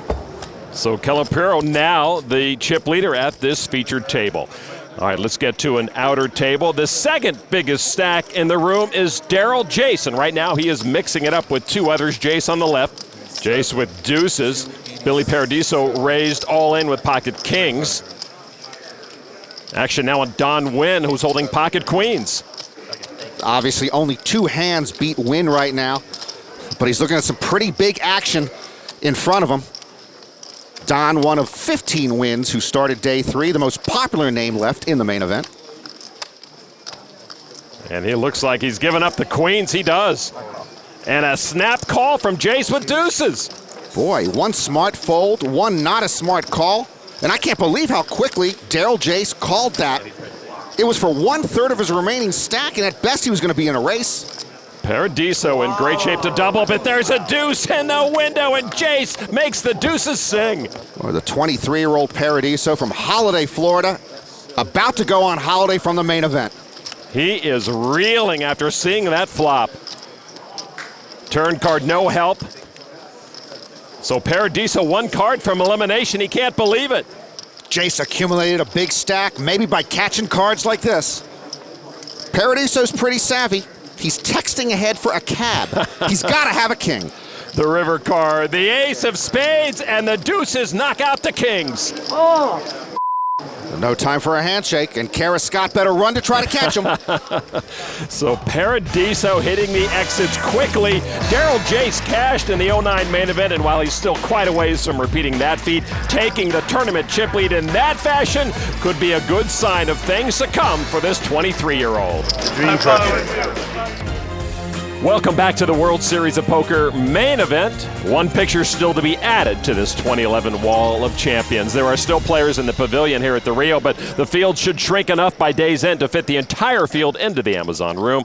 The former chip leader, Ben Lamb, has not been able to increase his stack here on day 3 out at the secondary table. Sitting with him at this table is the 1996 main event champion, Huckleberry Seed. Huck has not been able to get anything going, and that is clearly reflected in his chip count. Lamb and Alexander DeBoos run 1-2 at this table, but it's the short stacks who will define the action here. 3 players with 25 big blinds or less at the table. It'll just be wait and see until they want to push. Folded 2, Ben Lamb. He has ace-jack. Looks so trusting, plays so tricky. Pot limit Omaha is his best game, but it looks like no limit hold'em might be his second best game. Ben won his only bracelet in PLO this year. Action folded to the 27-year-old German Alexander DeBoos, now living in Austria. On the button with 8-7 of hearts. Come on in, the water's fine. DeBoos and Lamb have been at it all day. He does make the call. In the small blind, Andrew Broussard with pocket kings just calls. He slow played pocket aces earlier on day 3. That didn't work. He'll try it again here with pocket kings. The big blind folded, so 3 players will see this flop 9 trade jack. Broussard still ahead with the kings. And he checks. Now to Ben Lamb with a pair of jacks. No reason for Lamb not to like top pair, top kicker. And Lamb does bet 9,500. DeBoos picked up a gut shot straight draw, and he will get out of the way. Now, Broussard with the kings. Looks like he's going to raise it up. He does to 20,600. Broussard announces himself with that check raise. It's not a big check raise, and Lamb might put him on a straight draw. Lamb makes a call for just over 11,000 more. We're heads up to the turn. 4 of clubs, no help to Ben Lamb. This one's working out nicely for Broussard. Broussard, 27-year-old from Vegas with a bet of 26-6. Again, not a real big bet, Lon, less than half the pot. But Ben's got to wonder why Broussard doesn't want a free card, particularly if he were on a draw. Ben makes the call with top pair, which we know is second best. River card, Queen of Diamonds, Broussard's kings hold up. Chips in hand. And that is 39-6. Another small bet. But that bet and that river card have got to worry Ben Lamb. Even if he had Broussard on a draw, Broussard might have had, say, Queen 10 and now made a pair of queens on the river. Ben Lamb mucks his hand, and Broussard's kings will win that pot. So this time Broussard's big pocket pair does hold up. Yeah, a smaller card on the river may have gotten more of Lamb's chips into Broussard's stack, but he's happy to have anything come his way at this point. All right, let's go to one of the outer tables and pick up the action there. Todd Brunson just shoved his last 46-4 into the middle with flush and straight draws and was called by Sasha Stancic and his pocket aces. It'll be pretty much a race for the rest of Todd Brunson's chips. Dad Dora Brunson was knocked out of this main event on day 1. Todd has 3 main event cashes. Looking for help. The turn card brings it, a flush for Todd Brunson, and he has his opponent drawing dead, so Brunson will double up. Brunson real comfortable now with nearly 158,000 chips. Can I swear on TV? I tell you, that Todd Brunson runs lucky, does he not? Actually, Todd usually runs it rough in tournaments, it seems. His father's the lucky one. Yeah. As we head back to the featured table, let's get some insight from Sammy Calapuro on the benefits of having a big stack at the main event. If you have the biggest stack on the table, you cannot bust. In that point, you can take flips against the smaller stacks. You can put them in a bad spot because they can bust out and you cannot. So you can play more hands and you can gamble a little bit. It's not that bad at that point. You can put the pressure on the smaller stacks. That's important. When I cashed earlier at this World Series lawn, I had the big stack and the little stacks were running for cover. What a golden moment that was. And now it's time for the Jack Link's Beef Jerky wildcard hand. We'll see if you can have another golden moment here as Calapuro has the wildcard hand and a raise to 5,500. I'll put Calapuro on Ace King for kicks. Amateur Paul Petralia, a corporate jet pilot with Ace Jack. Playing his first World Series. He makes the call. If I weren't talking about poker on TV for a living, Lon, I'd probably be a jet pilot. Wouldn't that be fun? Joseph folds his button. Christy gazes in the small blind with 9-8 of hearts. She's a poker pro and now an options trader. I couldn't do that. Too many options. She likes her suited connectors and makes the call. Daniel with Jack 10 in the big blind. He can't resist a bargain. Heck, he got that jacket on sale at an Army surplus store. Daniel's not suited, but he makes the call. 4 players will see the flop, including the wild card hand. Queen, Ace, 6. Christy gazes, misses. Daniel Negreanu with a Broadway draw. They both check to the razor. Calapuro will make a continuation bet. And of course, I think he would continue to bet here anyway with ace-king.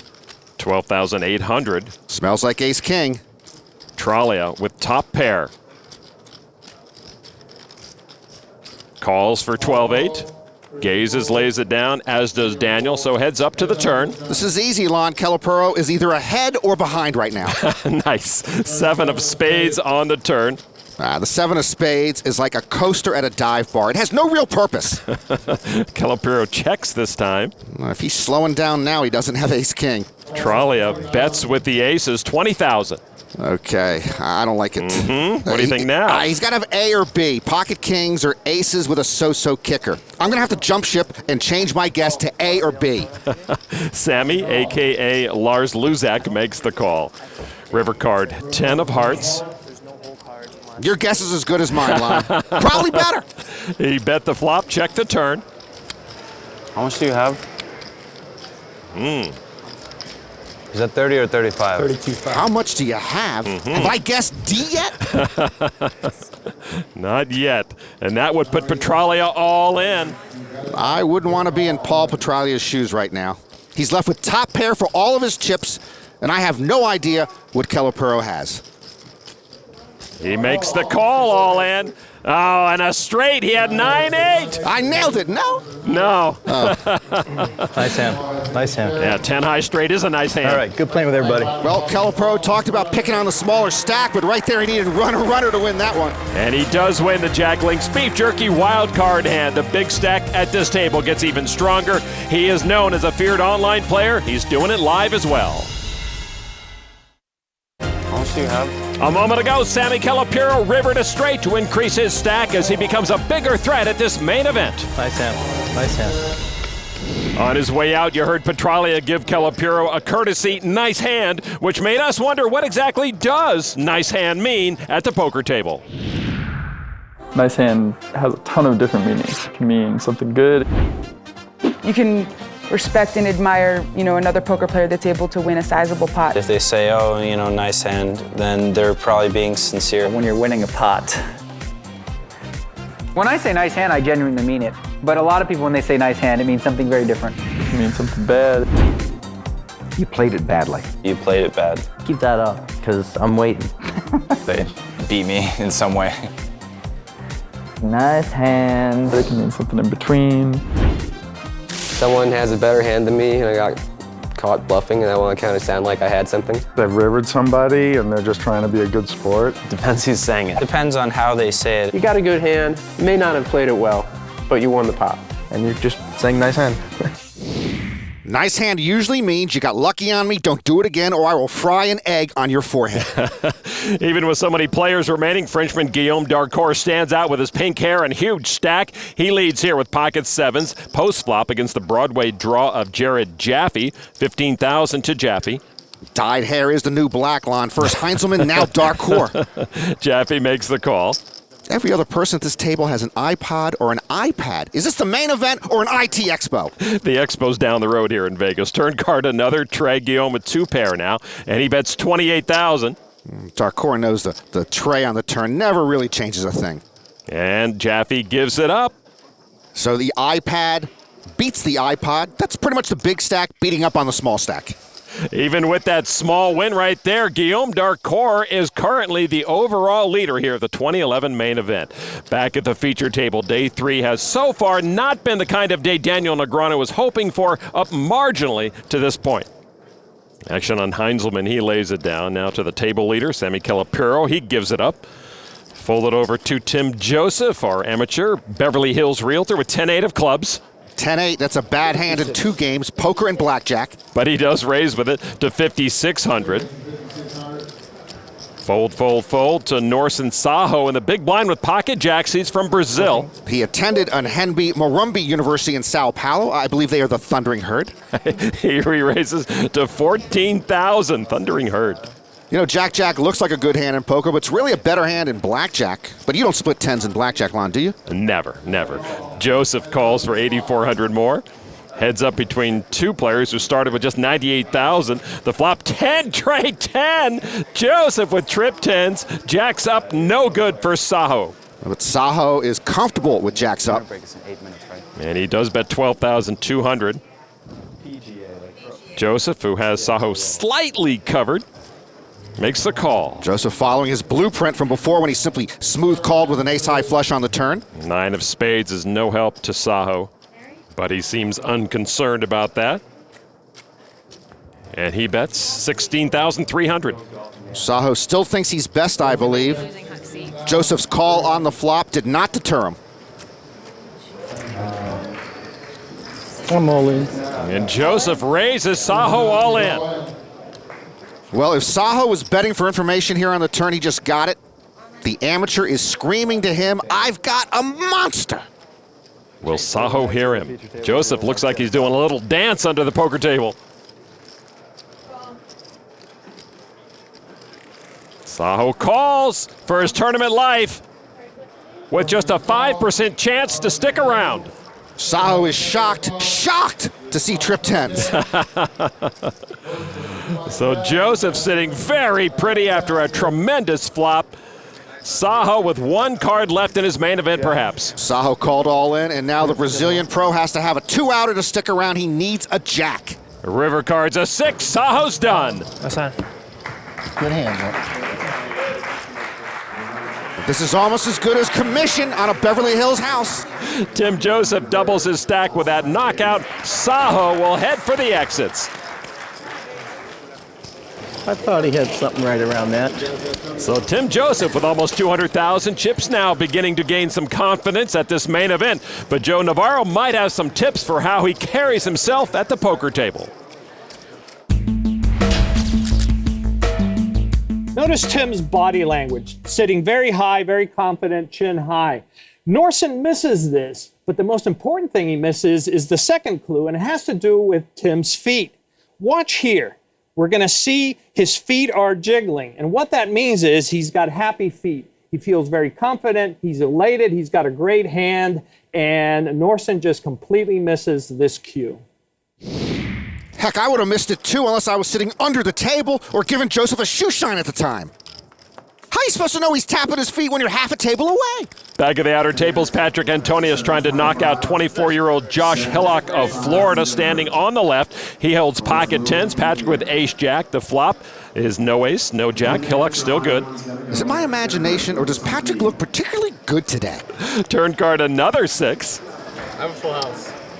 Yeah, you do, but you don't want quads. River card 7 of clubs, and Hillock will survive with that full boat. 100,000 chips now for Hillock back in action. Antony is so feared at nosebleed online games, but just another tournament grinder in these parts. Patrick gave up about 25% of his chips there. I think Patrick was a little late with a nice hand there. Nice hand from the loser and the winner. Every hand, though, at the main event is a nice hand for someone. That's not good hand, bro. Nice hand, bro. Nice hand.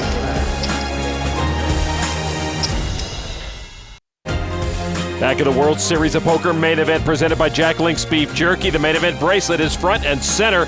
Over at the secondary table on the left, Alexander Debus with queens. Just 6-bet Andrew Broussard with jacks pre-flop. I'm all in. And Broussard 7 bets all in. I call. And a call from Debus and the queens. Aces and kings, I'm guessing. After some back and forth on the feature Pocket jacks, Lon. You can't win with them. You can't muck them. Broussard's in dire straits. Debus and his queens locked and loaded to knock Andrew Broussard out of this tournament. And there's a queen in the flop. That's not good for pocket jacks. The pocket jacks now a 19-1 underdog. Two 27-year-old pros. Debus has Broussard nailed. Broussard, to his credit, doesn't look like he's going anywhere. He needs runner. It's another 7, and that ends it. Debus turns a boat. Broussard is gone. Good game. Debus going with good game, the winner's version of nice hand. And the Las Vegas pro has a short commute back home. Debus, now with almost 600,000, is the leader at this secondary table. To the outer table now of Las Vegas pro Kevin Saul, one of the biggest stacks with 662,000. His tablemate Ara Malikian has the action and ace-king of spades, and a raise to 5,300. Malikian, a 28-year-old poker pro from New York City. Fold it over now to Amanda Musumeci, pocket tens. A 26-year-old pro from Philadelphia, a couple of cashes at this World Series. The sleeves of that sweater, I believe, are designed to hypnotize opponents. She makes a call for 5,300.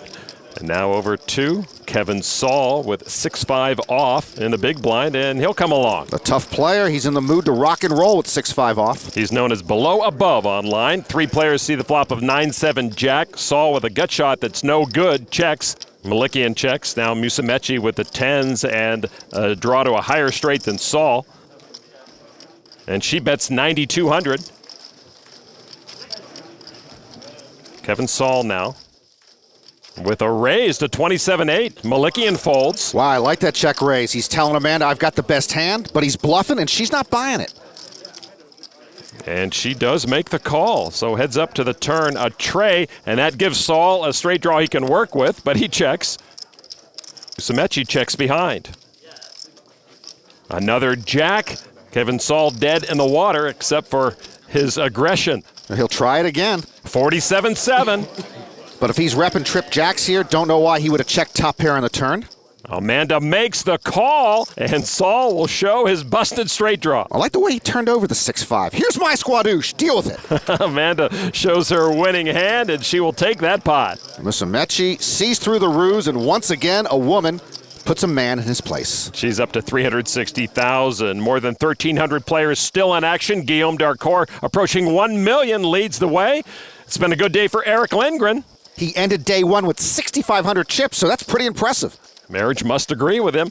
2010 November Niner, the last remaining in this field. Joe Chung also up for the day. He's only got to get through 1,300 more people to make back-to-back November 9s. Patrick Poirier told us he set a day 3 goal of 350,000. Well, he's done that and more. All right, brother, at least take him to the last table. And it looks like Jason Alexander's gone. You know, Kramer had a gambling problem, but he would have been proud of George right here. All right, let's get back to our feature table. Action is on Tim Joseph. Oh, a wardrobe change for the realtor. It's a tell that he has terrible taste in baseball teams. With ace-king off. Hey, I'm a Pirates fan, but it's been a miserable 18 years. A raise to 5,600. Fold it over to Heinzelman with queen 10 of spades. Something tells me Heinzelman is a fan of Cirque du Soleil. He makes the call. Calipiro now, top stack at this table on the button, 7-5 of hearts. He calls as well. And the 2 blinds lay it down, and so 3 players will see the flop. I do like the jacket. Jack, king 4, Joseph, top pair with the best kicker. And he's going to bet it. 12,200. Heinzelman with an up and down straight draw. 12-2. And he makes the call. Sammy missed and says, I'm done. Top pair, top kicker versus the man with a draw and a betting disorder. Heads up to the turn. 7 of diamonds. Joseph's hand is still good. This time he checks. Heinzelman could take a free card, but I believe he must bluff at a pot twice per hour to stay in the Bluffman's Union. He got no help on the turn. He has chips in hand, and there it is, 25,700. How much? 25-7. He just looks like he never has a hand. I wonder if Joseph has happy feet right now. And with the pair of kings, he raises to 51,400. Boy, I didn't expect that. Heinzelman's got nothing, but he is capable of raising Joseph all in here. Heinzelman on the draw. Needs almost 26,000 more to call, and that's what he does. He disappointed me there. He just looks like he has nothing. River card is 6 of clubs, no help to max. Joseph sitting pretty. A tiny bet of 30,000. Joseph keeps control of this hand, but I'm telling you, Heinzelman still might raise him with nothing. We have seen Heinzelman do that before, but he would need a master bluff to push Joseph off his hand. Do it. Do it! It would make my day. I think he's waited too long to raise here. And Heinzelman does lay it down, and Tim Joseph will take another pot at this featured table. Joseph enjoying his time under the bright lights on the biggest stage. Wasn't laying that one down. And he puts another ding in Max Heinzelman's chip stack. From far away, the lights of the Las Vegas Strip beckon all to come and play. Inside the Amazon room, Daniel Negreanu holding center court and trying to make a run, which is about par for the course. Oh, that felt good. Daniel Negreanu, 37 years old, Las Vegas, Nevada. When I got addicted to golf, I felt like I have room for this, I want this, I can afford this, let's do this. Oh, that was good. The mental aspect of poker and golf are very similar. I mean, in poker, sometimes you get your aces beat, and the question is, what do you do then? You go on tilt, you start steaming and lamenting your bad luck, and with golf, you're gonna hit bad shots. The key to both is being able to like reset your mind. So for me, learning how to do it at the golf course makes poker even easier. You can't teach personality. The core group of players today have the same story. You know, they're very good, but they don't necessarily translate to the mainstream audience as well in terms of like, ooh, I really want to root for that guy, because with the hoodie and the glasses and the same sort of robotic moves, it's basically all the same person. People were starting to wonder, hey, you know, can Negreanu still play? Can he still compete with these young guys? And I'm like, when I started hearing that, that's an alarm bell going off in my head saying, well, you know what, you better work on your game. That's how you do it. Daniel has retooled his poker game, doing a lot of work online, but I'll be honest with you, he can install sand traps in his bedroom and he'll never get his golf game up to par. On the Jack Link's Beef Jerky hole cam, Mike Zolker with pocket nines. A 25-year-old Las Vegas pro, he says the players he most respects are Negreanu, Barry Greenstein, and Phil Ivey. Negreanu, of course, is at this table. Phil Ivey, of course, did not even play the main event this year. Yeah, right, Norman. While it had nothing to do with the World Series, Ivey said in the wake of the U.S. online poker ban, he did not want to play while online player accounts were frozen. And even though he didn't play here, Lon, I still picked Ivey to win the main event this year. He's that good. Zolker made a raise to 5,200, folded to Tim Joseph on the button with King Jack. I tell you, it's hard to play King Jack on the button in a Pirates jersey. Joseph finally does lay it down. Christy Gaze is now in the small blind with Jack 5 into the muck. Daniel Negreanu in the big blind with two aces. Hello there. Daniel eyeing his prey. Zolker, the original raiser, with two nines, and now Daniel with the two aces. A re-raise to 17,000. And now Zolker eyeing his new nemesis. Ooh, a little back and forth. Zolker relishing this with one of his poker heroes, makes the call. Zolker's got position on the guy he respects, but the guy he respects has pocket aces. Nines against the aces, heads up to the flop. And there is an ace, a set for Daniel. How will the four-time bracelet winner play it? He checks. A sneaky check by Kid Poker. Might get him value later on. Zolker, who made a World Series final table in 09, checks as well. Turn card 10 of clubs. Zolker now drawing dead. Negreanu couldn't get Zolker to bite on the flop, so he'll have to do his own bidding here. Daniel puts out 19,800. Zolker could be thinking Daniel is just on a draw, so the pocket nines might be good. I guess that's what he thinks. He made the call. Daniel eyeing Zolker's chip stack. He started the hand with just over 73,000, did Zolker. River card 5 of hearts. Almost as safe a card as you could find if you have a set of aces. Daniel has Zolker well covered and now bets enough to put Zolker all in. Lon, I don't know if Zolker wants to stake his main event on a pair of nines. If he folds here, he'd be left with just 15 big blinds. I call. Zolker does call all in, and now he can call the valet for his car. Done in by Daniel Negreanu. Why? Zolker has got to be asking himself right now. No, nice hand. And Zolker will begrudgingly make his exit from this featured table. Negreanu up to almost 200,000 now. Nice hand. Nice game. Daniel gets two nice hands. Frankly, I prefer if they just said Gesundheit rather than nice hand. Daniel above chip average now. Over at the secondary table where Ben Lamb is no longer chip leader of the tournament, nor even of his table. That mantle belongs to Alexander DeBoos. Lamb with about half the chips of the tournament leader right now. 1996 world champ Huck Seed, the short stack at this table with just 12 big blinds. Okay. Let's hope he lays the deuces down again. And they're all in the middle. I won't fold them this time. Did you even look at your hand? Of course I saw my hand. I called. Huck put it all in blind. Of course I saw my hand. We have it You all didn't- in you didn't all look, right? feature table. Huck Seed has moved all in from the You small look? blind. You look. He has the I 10 didn't of look. spades and the 4 of clubs. You saw I didn't look. Ben is called. He has the I didn't see that behind her. Huck will be at risk here. He has fewer chips. I'm not at risk. I got 10-4. I already told him I was going to double him up today.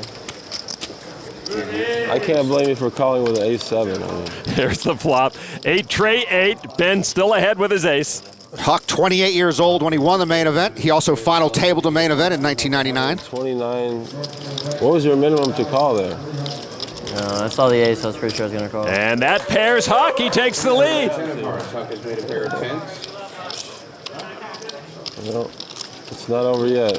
It would only be over for Huck Seed if an ace hits the river. The river sees a 9 of spades, and Huck Seed will double up to almost 61,000. Hey, don't touch my chip. Give her a penalty. She's touching my chips. See, if I would have got a penalty, I never would have got to play that 10-4 offsuit. Sometimes it pays not to know your cards. Huck having fun with the dealer. See, I was so scared that I'm going to flip it up. I didn't even look, you know? I didn't look because of you. And I won, so I give you a chip. He is entertaining in his own way. Vive la France was the chant at the Rio as Frenchmen won back-to-back bracelets. Bertrand Elke Grospellier completed poker's triple crown by winning his first bracelet in the 10K Stud Championship. And in the $1,500 pot limit Omaha event, amateur Elie Payan from Orléans, France, continued the national tradition, taking home nearly $300,000 for his victory. Je m'appelle Elie Payan et j'ai gagné mon premier bracelet WSO. A look at bracelets won by players' nationality confirms the international flair of the World Series. The U.S. with 35, Canada won 5, though none from Kid Poker, who spoke with Kara Scott earlier about his new table. Thanks for giving us a couple of minutes, Daniel. Your table has changed a lot since this morning. Give us your thoughts on it now. Well, I mean, it's completely changed. Now that Adam Junglin's here as well, he's another tough player, but Adam and I, we're both instructors at the same poker VT, so he thinks like I do. We know how we play, so I'm not as worried about him as I am Lars Luzak and Massimiliano, who are really aggressive and wild on my left. But so far, I feel like I've got the best of them, and I feel like I've picked up a few things, so I feel really good about my chip count and the situation right now. Daniel's chip count up over 231,000 right now. Calipuro still the table leader.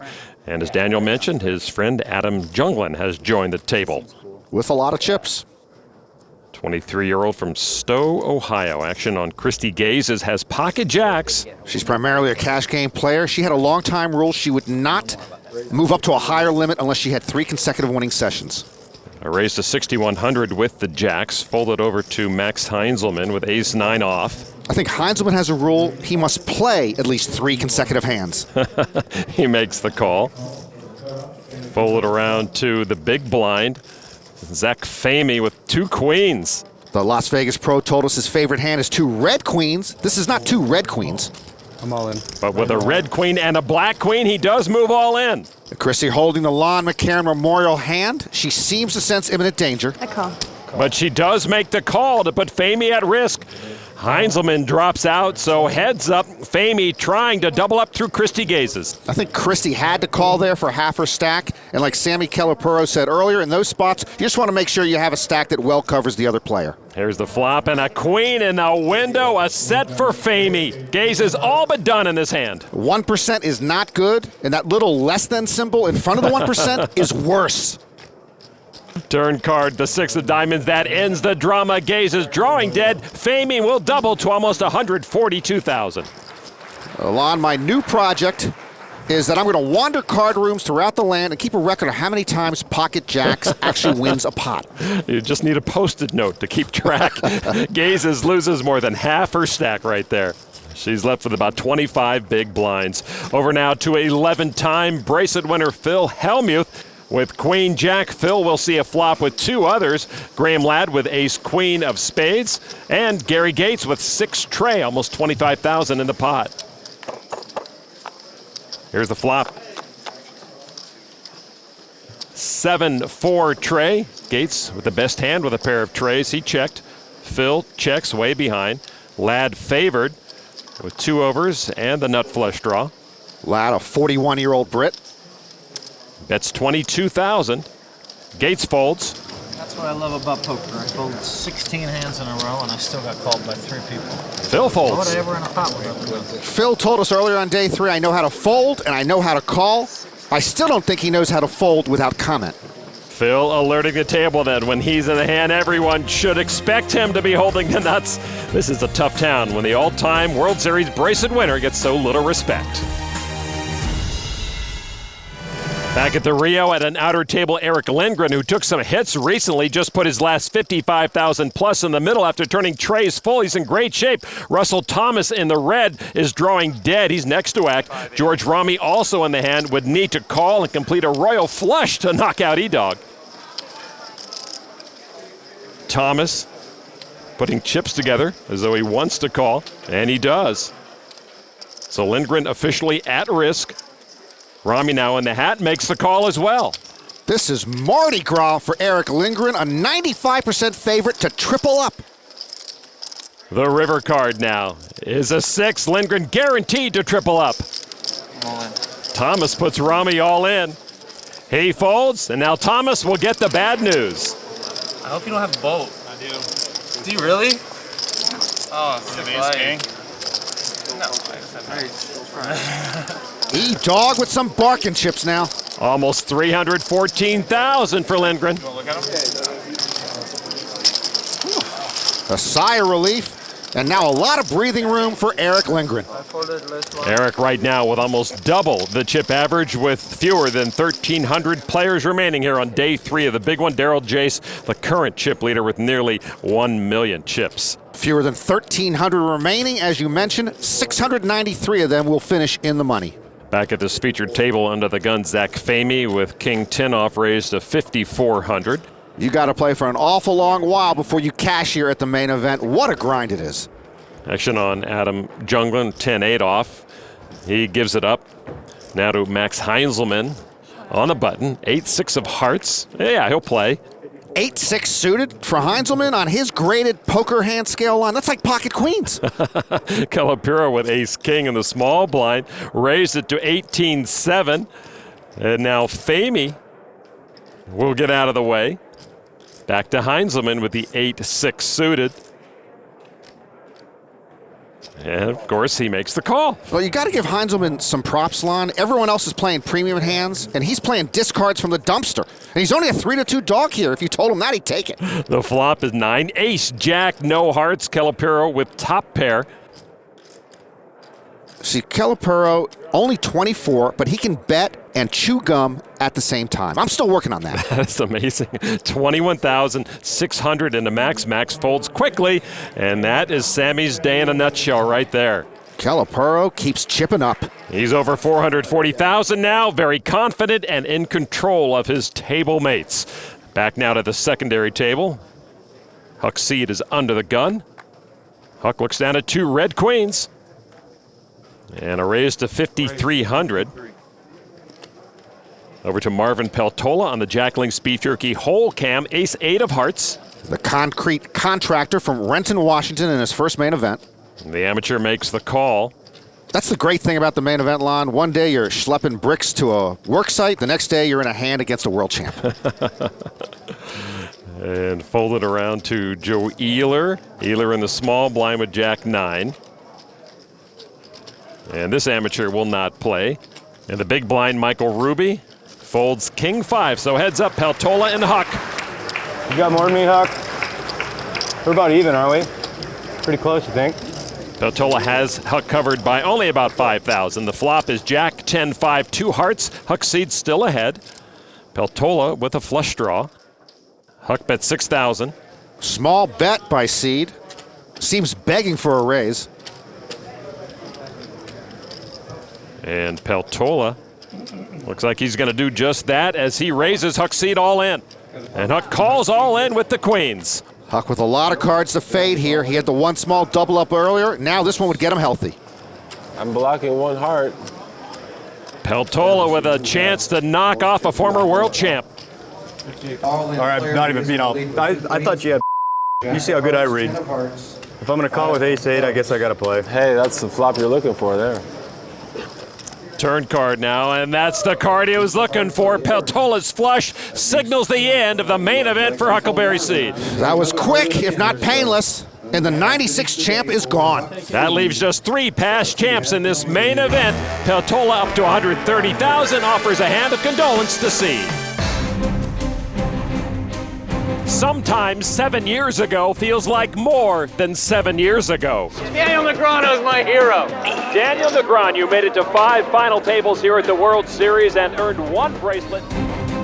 For Daniel Negreanu, a frustrating 2011 World Series can turn magical with a deep run here at the main event. I was very disappointed in my series this year. You're not going to have a great year every year, but I really was coming into the series focused and ready to go, and then somehow it just, the cards didn't cooperate. Tonight, Negreanu tries to turn newfound momentum into a real shot at the bracelet. I got you. Finally, Kid Poker has an above-average stack. The question is, what will he do with it?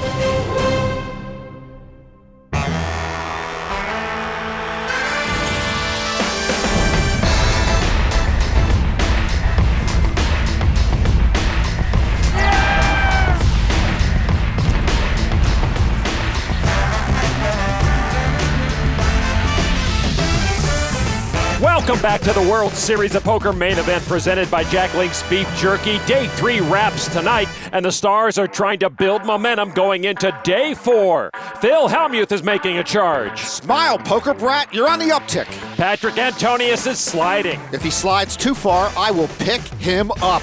Ben Lamb stuck in reverse. He started the day as rack of lamb. He may end it as mutton. Daryl Jason's stack is almost tripled. Think of how many chips he would have if he had shaved. Patrick Poirier is the chip leader, close to $1 million. Originally from Tupper Lake, New York.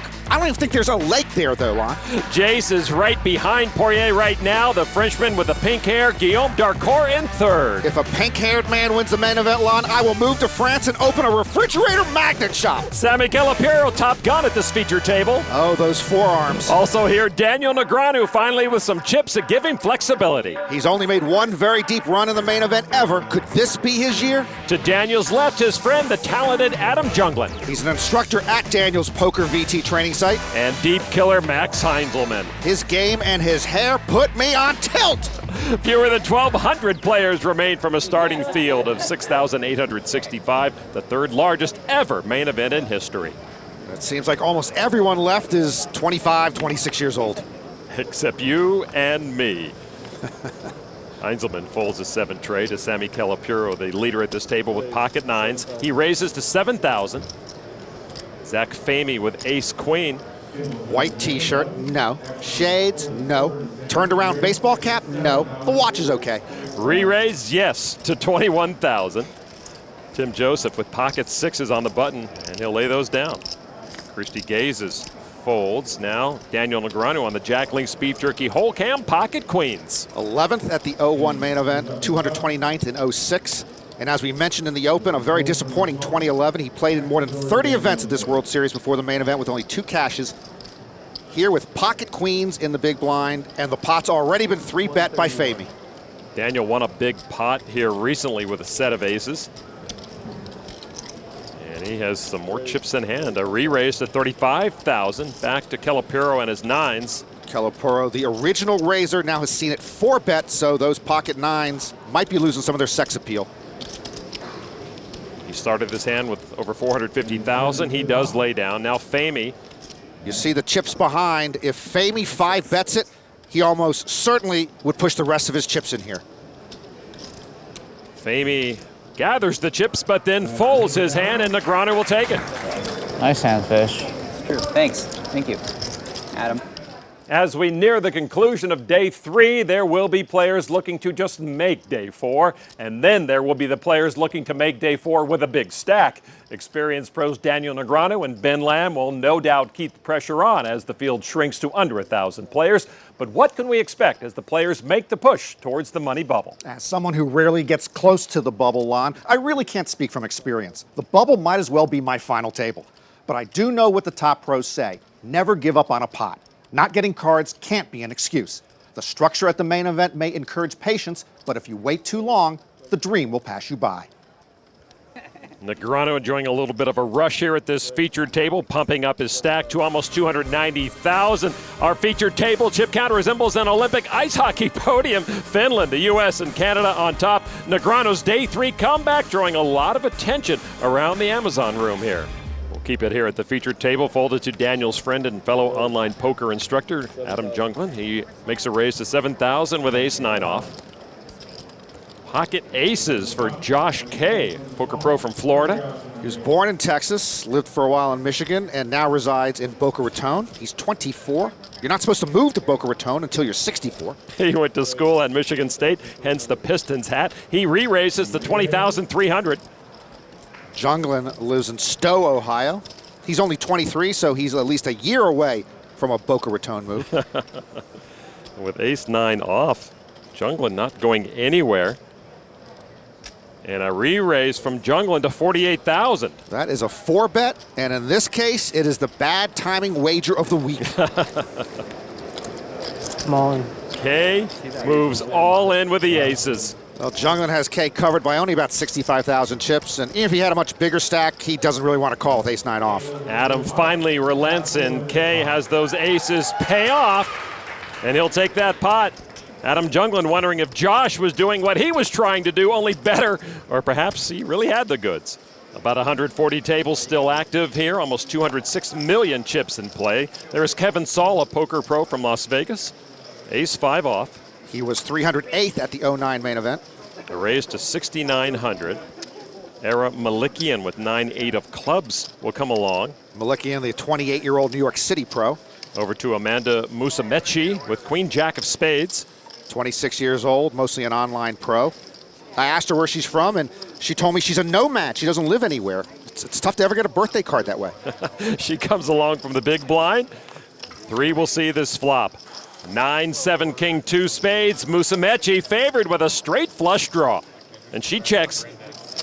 Saul missed, but he'll bet. He loves to work his chips. 10,008. Yeah, the 6% hand leads out. Saul will not wait for good cards. As they say, he came to play, not to stay. Malikian made the call with his 9s. Amanda calls as well. Well, if I'm Kevin Saul, I can't particularly like 2 callers at this point. Turn card, a jack. Amanda's pair of jacks now gives her the big advantage. Also, she has those draws. She checks. Saul bets 36,900. A very aggressive line from Saul, betting with absolutely nothing into a 3-way pot. Malikian says it's too rich for my 9s. He folds. Amanda with the call. She has the best hand. She has the best draw. Heads up to the river now. It is a 10, and Amanda improves to a king-high straight. And she checks again. And Saul can't stop now. It's contagious, like measles. He keeps firing. 98,200. I guess he's representing the queen. Of course, she has the queen for the king-high straight. Only one hand would beat her, an ace-queen. Musamechi with the call. Call. Well, deciding whether or not to raise. Oh, wow. Musamechi had the goods. She wins a big pot against a very strong player and vaults over the $500,000 chip mark here on day 3 of the main event. Welcome back to the Rio for the conclusion of day 3 of the main event. We check in right now on the secondary table where former chip leader Ben Lamb has seen his stack slowly erode over the day. Lamb hasn't had much to play. Lamb's nemesis at this table so far has been Alexander Debus. German-born, now lives in Austria. New at the table and now chip leader here is Tuan Vo. He plays fast and furious. Vo with 566,000. Debus right behind him. At one point, this was Ben Lamb's stomping ground, but times have changed recently. Lamb sort of lost his mojo, and once you lose it, I lost my mojo in the summer of '89, it's hard to get back. At this table, Marvin Peltola opened under the gun for a raise to 6,500 with ace-8 of hearts. Lamb made the call in the small blind with king-queen of clubs, as did Carlos Boyd in the big blind with queen of hearts, 6 of hearts. They see a flop of ace-10-9, 2 spades. Lamb with a gut shot Broadway draw checked. Boyd missed it, and he checks. Now Peltola with top pair and an 8 kicker. Peltola, the 47-year-old contractor from Washington State. He bets 8,000. Back to Lamb now. Lamb with his draw, and he makes a raise to 20,000. Lamb trying to shake some chips out of the tree. Check raise semi-bluffs with a gut shot. Boyd, an amateur from Panama, gives it up. So now back to Peltola. He leads with a pair of aces, and he makes the call. All right, heads up to the turn. 7 of spades. Ben Lamb gets no help. He doesn't need a lot of help to bet, does he? Either Ben here thinks his clubs are spades, or he's pretending they're spades. He does lead out for 31,000. Ben Lamb will represent the flush, I guess.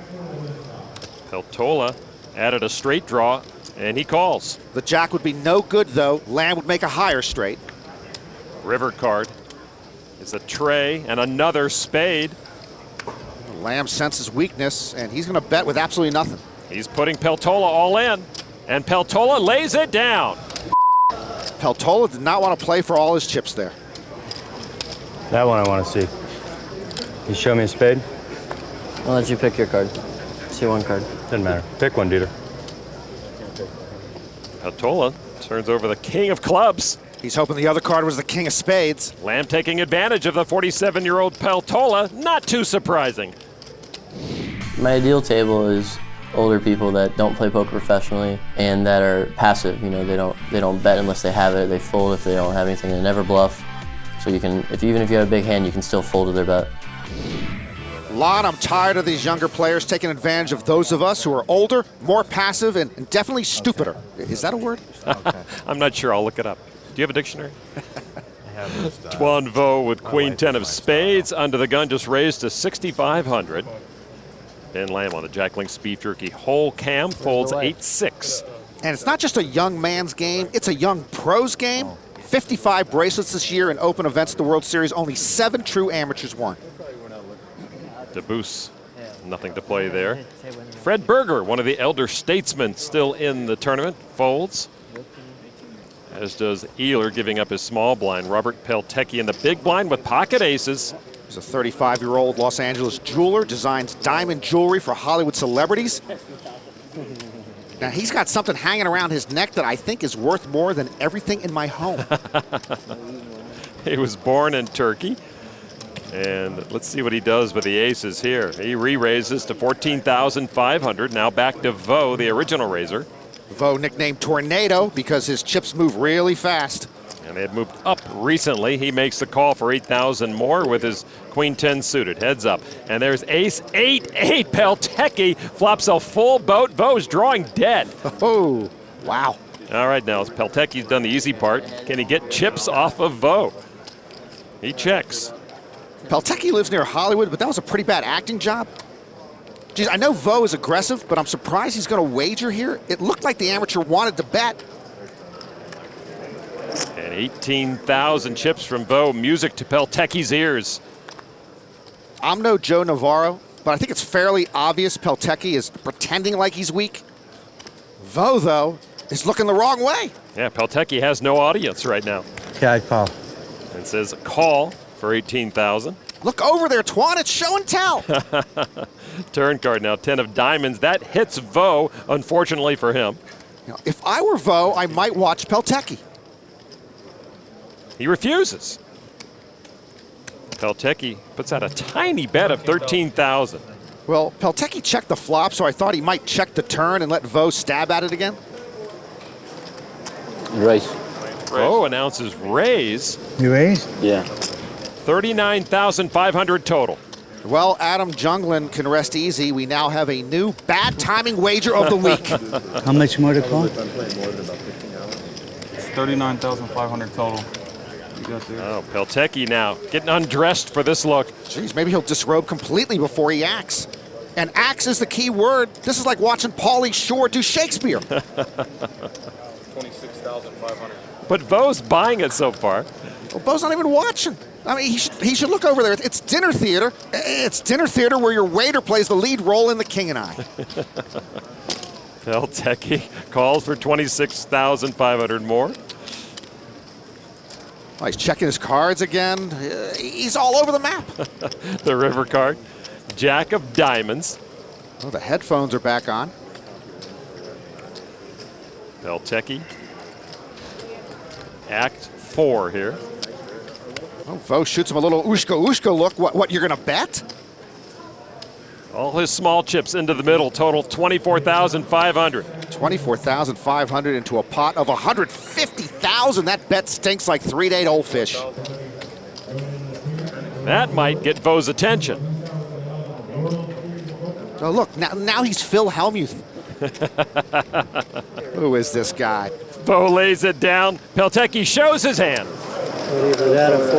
I've checked the river, huh? What a flop.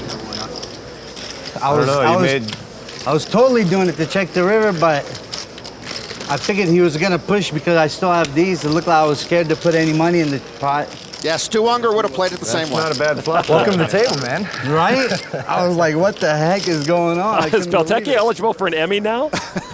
All right, to hear what's going on in the outer tables, let's check in with Kara Scott. Former World Series of Poker Europe main event champion Annette Oberstad will not be joining us on day 4. She hit the rail from the outer tables after losing a flip.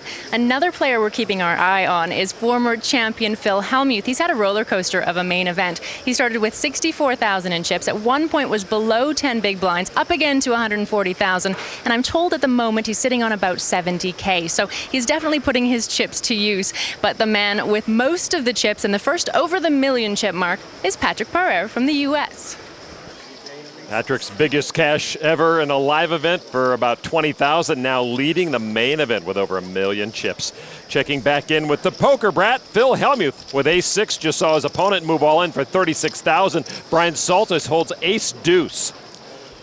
It would be out of character for Phil Hellmuth to risk half his chips here with a weak ace.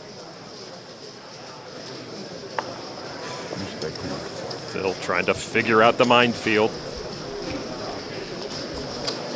I'll be honest, I looked at one card. It was this one. Phil folds.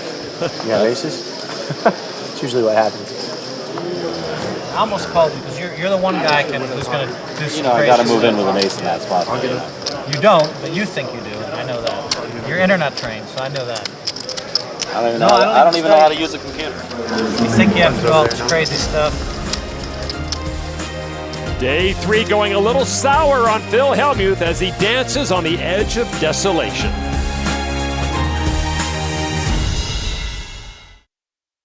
Welcome back to the Rio. All right.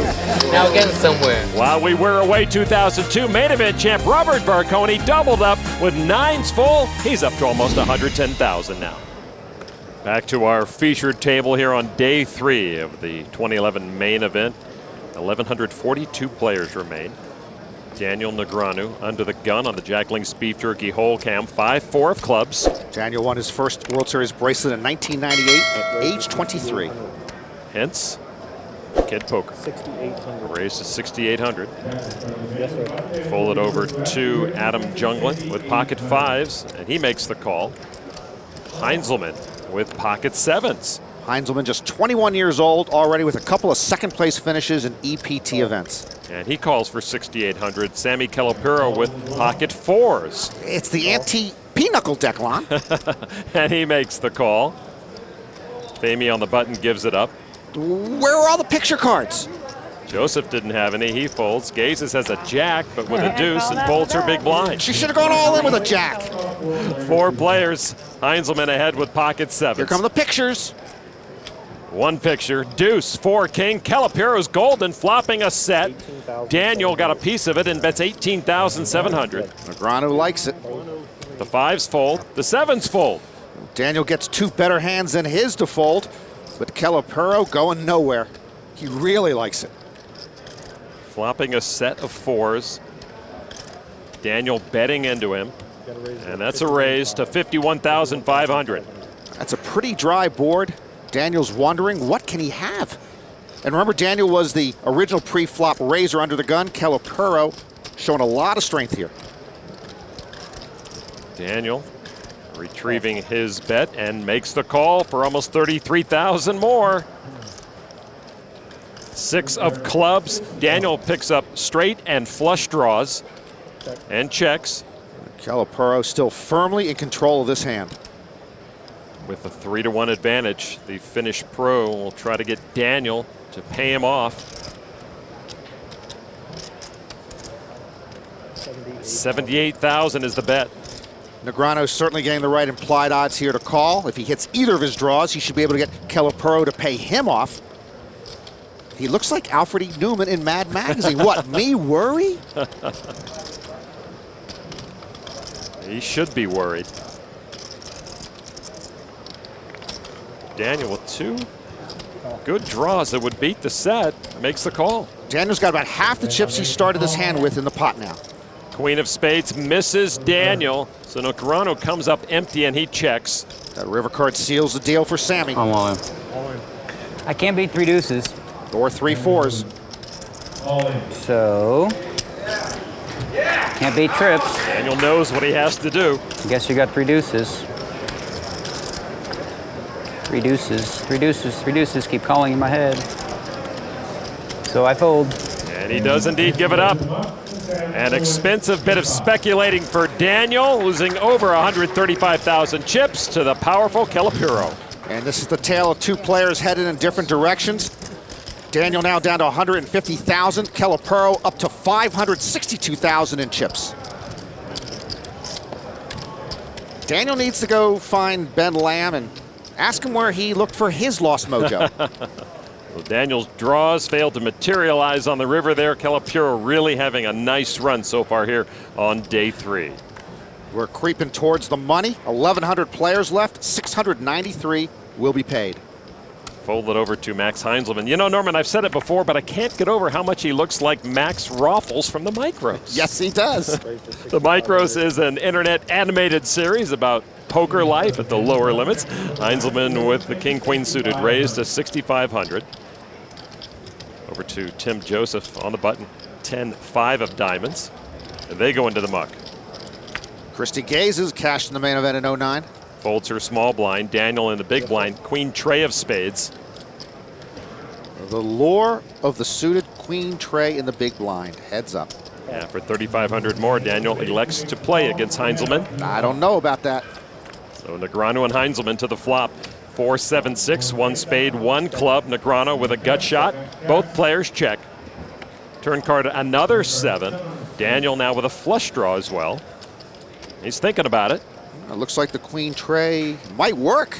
Negreanu just on a draw, but Heinzelman has no pair and no draw. Daniel bets 9,200. Will that be enough to take it down? Well, you know, Lon, I forgot it's Max Heinzelman. He plays a different game than the rest of us, and at the end of most days, he is boom or bust. 9,200, the call from Heinzelman. River card, 7 of hearts, another 7 out there.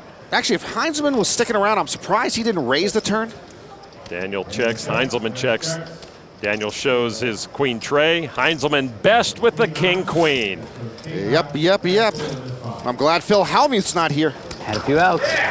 Daniel did look like he was on a short fuse there, didn't he?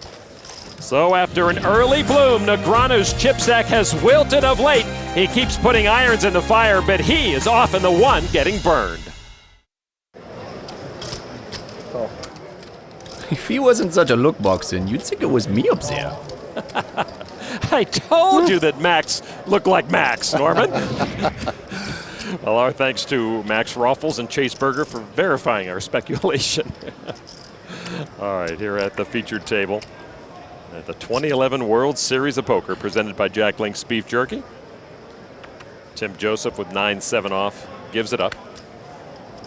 Fold it over to Daniel Negreanu, down to about 132,000 chips now, 6-4 of spades. You know, it just struck me, if they used a pinochle deck in poker, Daniel couldn't play. That's right, no low cards. Nothing. 6,800 is the raise from Daniel. Junglin gives it up to Max Ruffles Heinzelman with ace-jack off. You know, if I dyed my hair like that at his age, Lon, my father would have shaved my head with a lawnmower. He makes the call. Calipiro gives it up. Kay folds, so heads up. Heinzelman and Negreanu again. They meet again in the center of the ring. Kid Poker and the Stuttgart Slugger. The flop is king, 10, queen. Bingo for Max. That is Broadway. Talk about a luck boxing. Negreanu with a 4% hand now. But he's going to bet it. 9,200. Now Daniel Negreanu throws his hat in the ring for the bad timing wager of the week. Heinzelman, who flopped Broadway, just makes the call. See how his right hand holds onto his left shoulder to prevent him from betting too much. Good point. Jack of spades puts 4 to a straight on the board. Daniel with a flush draw. And he checks it. Remember, Heinzelman just smooth called the nut straight on the flop. Not going to give Daniel a free card here. Bets 12,700. And like the previous hand against Calipiro, this turn card might make Negreanu stick around. He's getting pretty much the right price to call. Boy, the turn cards have been expensive for Daniel tonight. And he does make that call. Heinzelman, the huge advantage. River card 9 of clubs, now a king high straight on the board, but Max holds the ace. Boy, it has turned ugly for Daniel Negreanu now. Heinzelman obviously will bet, and Negreanu even might call here, playing the board to try to get half the pot. We saw Daniel check again, and now Heinzelman putting together yellow and orange chips worth 55,000. Missing lots of flush draws. That's not fun. I don't want to pay for half. Yeah, that would be for about half of Daniel's stack, and he folds. Max Heinzelman chips up a bit more. And Daniel Negreanu continues his downward spiral. Yeah, Daniel in the red for day 3 now with that loss. He's got about half the average stack. Max now second only to Calipiro at this featured table. Now back to the drama that is the 1989 world champ. Phil Hellmuth with pocket eights raised it to 7,400. He's just been called by Chi Kian Chan from the big blind holding ace-4 off. Phil Hellmuth against the world continues. This episode, Chi Kian Chan. Top pair for Chan. Pocket eights in deep trouble for Phil. They both check. Turn card, another 10. Ace is up for Chan, and he checks again. Right now, Phil chips in hand, 4,800. Only Phil Hellmuth bets 4,800 into a pot of 20,000 on the turn. He's acting as if he's begging the 33-year-old Canadian to come along. Milkman, they call me. If he's the milkman, I guess it's 5% milk. And a call from Chan with the best hand. Chan comes along, and Phil is left with his thoughts. That's dangerous. River card now. 6 of hearts, that misses Hellmuth. Check, check again. Check. Chan shows the ace. Ace-4, yeah, of course. 7,000 from an under-the-gun raise with ace-4 off. The Phil Hellmuth Tilt app coming soon to an iPad near you.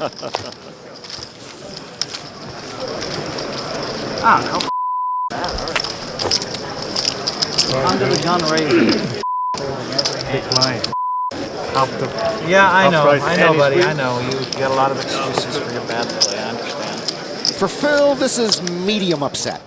We'll check back in with Phil, and he's well done upset, I guess. All right, back to our featured table. Jim Postiglione, 7-6 into the muck. Folded over to Max Heinzelman. Oh, get your dartboard out, Norman. Jack Link's beef jerky wild card hand in Max's hands. I've got to figure out what Max Heinzelman has. It would be easier to solve a Rubik's Cube in a straitjacket. Max raised it to 6,500. A min raise plus change from under the gun plus 2. Heinzelman must have 9-7 suited. 9-7 suited. I'm going to write that one down. You are on a bad streak lately. Well, thanks for keeping score. Folded to Daniel Negreanu. The big blind ace-deuce, and he comes along. These two again? Really? Why don't they just hire their own dealer and play heads up in their own private cabana poolside? Ace, queen, 10. Daniel flops a pair of aces and checks it. Well, if Heinzelman's got B, C, or D, he's got a legit hand. Heinzelman says, who eat a legit hands, Lon? He's got squadouche and will float in space here with 9 high. 7,600 is the bet from Heinzelman. I believe Daniel this time has got his number.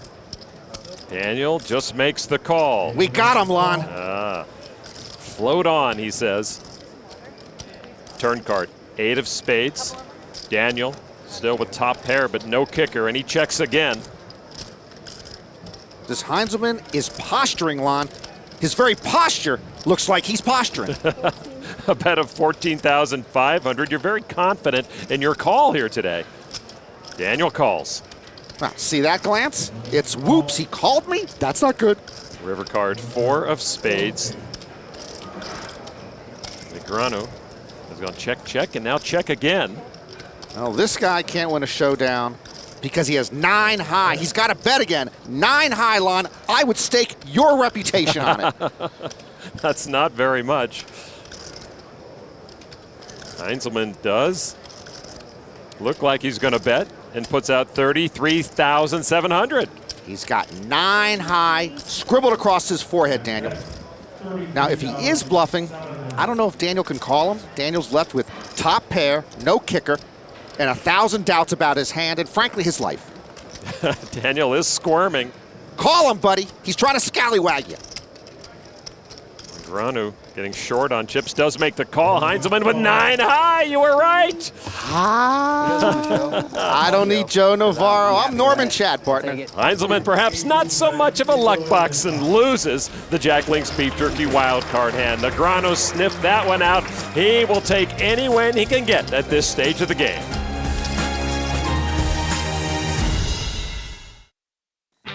Welcome back to Las Vegas in the 2011 World Series of Poker. For some of the game's stars, Day 3 was not particularly friendly. Against all odds, Jason Mercier will not win the main event. Joe Catta won't win it again. John Racener can't finish second again. Jennifer Hartman could not shake her main event demons. And Shaun Deeb ran into the ace-6 of Max Heinzelman and was eliminated a short time later. I assume Shaun Deeb sits in a spa somewhere convalescing. Meanwhile, I still get a chill down my spine thinking about that hand. That graphic illustrates the effect of just treading water here. Twanville at the start of Day 3 had over 400,000. That was strong. Now with the leader cracking $1 million, 400,000 shrinks a bit. He lays it down to Ben Lamb, 8-5 suited, a raise to 6,500. See, Ben Lamb is still playing the old run and shoot offense. He'll attack from any part of the field. Alexander DeBoos folds his king tray suited to Fred Berger, ace of diamonds, jack of clubs. I'm glad Fred Berger's here. Old-fashioned, old school, and older than us, Lon, 62, and he's got a bracelet. He won that in 2002, and he calls from the button. Ealer in the small blind, king queen. Lon, if poker is to take the next big step, I really think we've got to start dressing better at the table. Well said. Can you imagine Bobby Fischer, Boris Spassky chess match if one of them was wearing a hoodie and the other was all tatted up? All right, heads up, Berger and Lamb. Flop is 7-6 ace, up and down straight draw for Ben Lamb. Berger, flop top pair. Ben will not slow down. It's run and shoot on every down. 8,500. Now to Berger. Berger with a raise to 21,000. Yeah, he says, not so fast, Sonny. I've got a hand. So Ben Lamb wants to play against the older guys, huh? Oh, here Lamb re-raises. Berger all in. See, the old man seemingly does the right thing, and the young gun blasts a re-raise right back at him for all his chips. Who can take all that pressure? Berger lays it down to the heat brought on by Ben Lamb. So a good result for the 26-year-old. Let's hear what Andy Block thought of that play. In this hand, we see a flop made for action. Ben Lamb flopped an open-ended straight draw. Berger flopped top pair, medium kicker. Lamb made a continuation bet, but then Berger made a mistake here. He raised. He should have just called with his medium kicker and just called the turn and probably just called the river. Instead, he got himself into trouble by opening himself up to the possibility of a semi-bluff all-in, which he couldn't call. The lesson here is, don't raise if you can't call the semi-bluff. Needless to say, Andy Block's smarter than me. I stand corrected. Fred Berger's raise was a mistake. Fewer than 1,000 players left in the main event. The average stack right now just over 211,000. At an outer table, Patrick Antonius just moved all in for 48,000 with ace-9 of spades. On the left in the glasses, Kristen Cudmore with pocket sixes calls to put Patrick on the chopping block. And Cudmore looks like, hey, I just might bust the pretty boy superstar out of the main event. There's the flop, no ace, no 9 for Patrick. Cudmore closing in on landing the whale. Turn card 7 of diamonds, a pocket 6 is still good for the Englishman. Antonius has to have an ace or a 9. River card's another 7, and that will do it. Patrick Antonius knocked out by Cudmore. And the main event just got a bit safer for all the remaining players. One of the bracelet events this year was just short of groundbreaking. Another was record-shattering. In the $2,500 six-handed limit hold'em tournament, Southern Cal pro Kim Nguyen tried to become the first female to win an open event in 3 years, but Brit Darren Woods foiled her plan. Wow, it was absolutely amazing. In the $1,000 no-limit hold'em tournament, a record field of over 3,000 starters was reduced to 1, Jason Somerville. It feels great. I'm really close before. I have a second, third, fourth, and fifth to actually win. It's amazing. All right, let's go down to Kara Scott once again for an update on what's transpiring on the outer tables. Day 3 is coming to a close, and we finally dropped below the 1,000-player mark into triple digits, and they're all here in the main Amazon room. Patrick Poirier was the first to cross the million-chip mark, and he sits atop our leaderboard. Patrick Antonius is out, but some big names still left in. Phil Hellmuth, Freddie Deeb, and Elia Lesra. Sam Simon, the creator of The Simpsons, is still in, and he's sitting on about 500,000 chips. And there is Sam Simon. Pretty darn good poker player, rescue dog icon, and maybe the funniest man I've ever met who hardly ever says a word. Back over to Phil Hellmuth with King Jack and a shorter stack. He makes a raise to 6,000. Hellmuth's sort of the anti-Sam Simon. He talks a lot. I guess he's funny in a different type of way. Over to Graham Ladd now, 10-8 offsuit. I feel like getting doubled up the same. You don't mind it? No, it's okay. All right. Ladd, the man to double up Phil, maybe? Huh. 10, Queen, 8. Ladd flops 2 pair. Phil is open-ended. That's an action flop, Lon. But no action. Did I say action flop? Turn card 9 of hearts. Phil Hellmuth hits his king high straight. Ladd bets 10,000. Ladd likes his hand at the wrong time. Yes, Phil, you have the nuts. Now what? Phil started the hand with almost 70,000, raises to 25,000. Ladd now has to wonder, does Hellmuth have a jack in his hand? Calling chips into the pot. Ladd drawing very thin. River card. Another 9. Hellmuth straight is best. Ladd left with just 10s and 9s now. Ladd checks. Phil moves all in.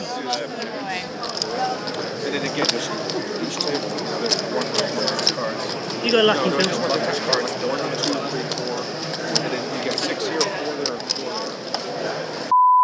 Ladd folds. I got lucky? Yeah. You had a jack?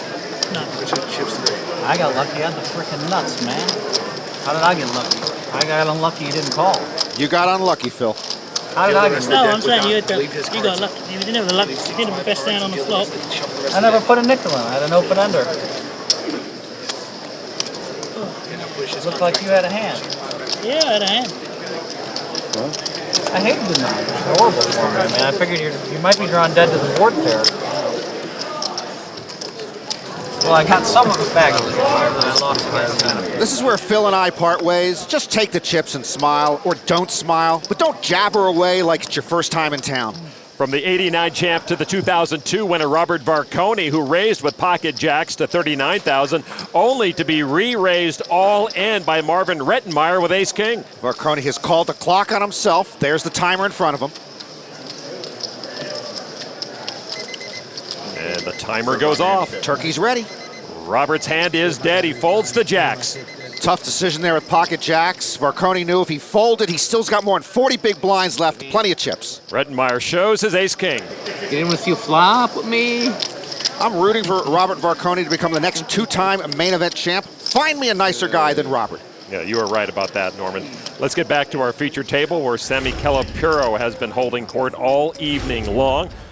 Action here has been folded around to Jim Postiglione on the Jack Link Speed Jerky hole cam. King, queen off. 51 years old, owns a construction business in Bayshore, New York. 75. A raise to 7,500 from the amateur. His first main event. Jungland and Heinzelman folds over to Calipuro, queen jack of spades on the button. And he makes the call. Small blind folds, Famey in the big, lays down. You have aces again? You have ace jack again? There's the flop. Trey, king, 10. Calipuro is favored with flush and straight draws. Postiglione has a pair of kings. Another action flop. I demand action this time. You're going to get it. 16,500 from the amateur. Calipuro with a huge draw. And a raise from the pro to 44,000. All in from Postiglione and a quick call from Sammy. Good draw. Wow. Postiglione sees the situation. Good luck, sir.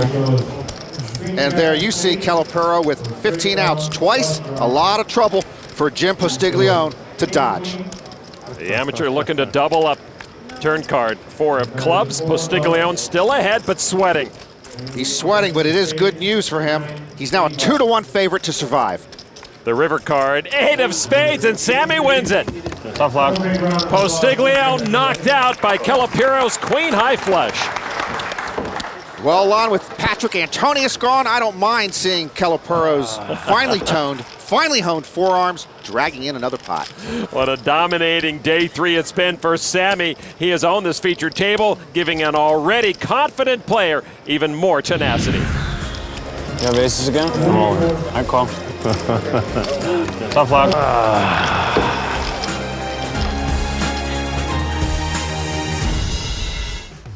Back inside the Amazon room at the secondary table, Alexander DeBoost with King Jack raised to 6,500. Action on Marvin Peltola with pocket 8s. As the day winds down, stacks get shorter, eliminations come much quicker. Yeah, the short stacks have to decide to make their stand now or hang on with crumbs on day 4. Peltola calls. It'll suck if I get busted right before I go home, you know? Be nice to me, okay? I'll try. There's the flop, ace, jack, ace. Aces and jacks for DeBoost. DeBoost outflops Peltola. Check from Peltola. DeBoost checks behind. Turn card and 8 of clubs changes everything. Peltola fills up and he checks. Peltola checked the flop and the turn, so DeBoost might feel rather safe with his jacks. DeBoost is going to bet it. 8,000. I'm all in. And an all in from Peltola with the boat.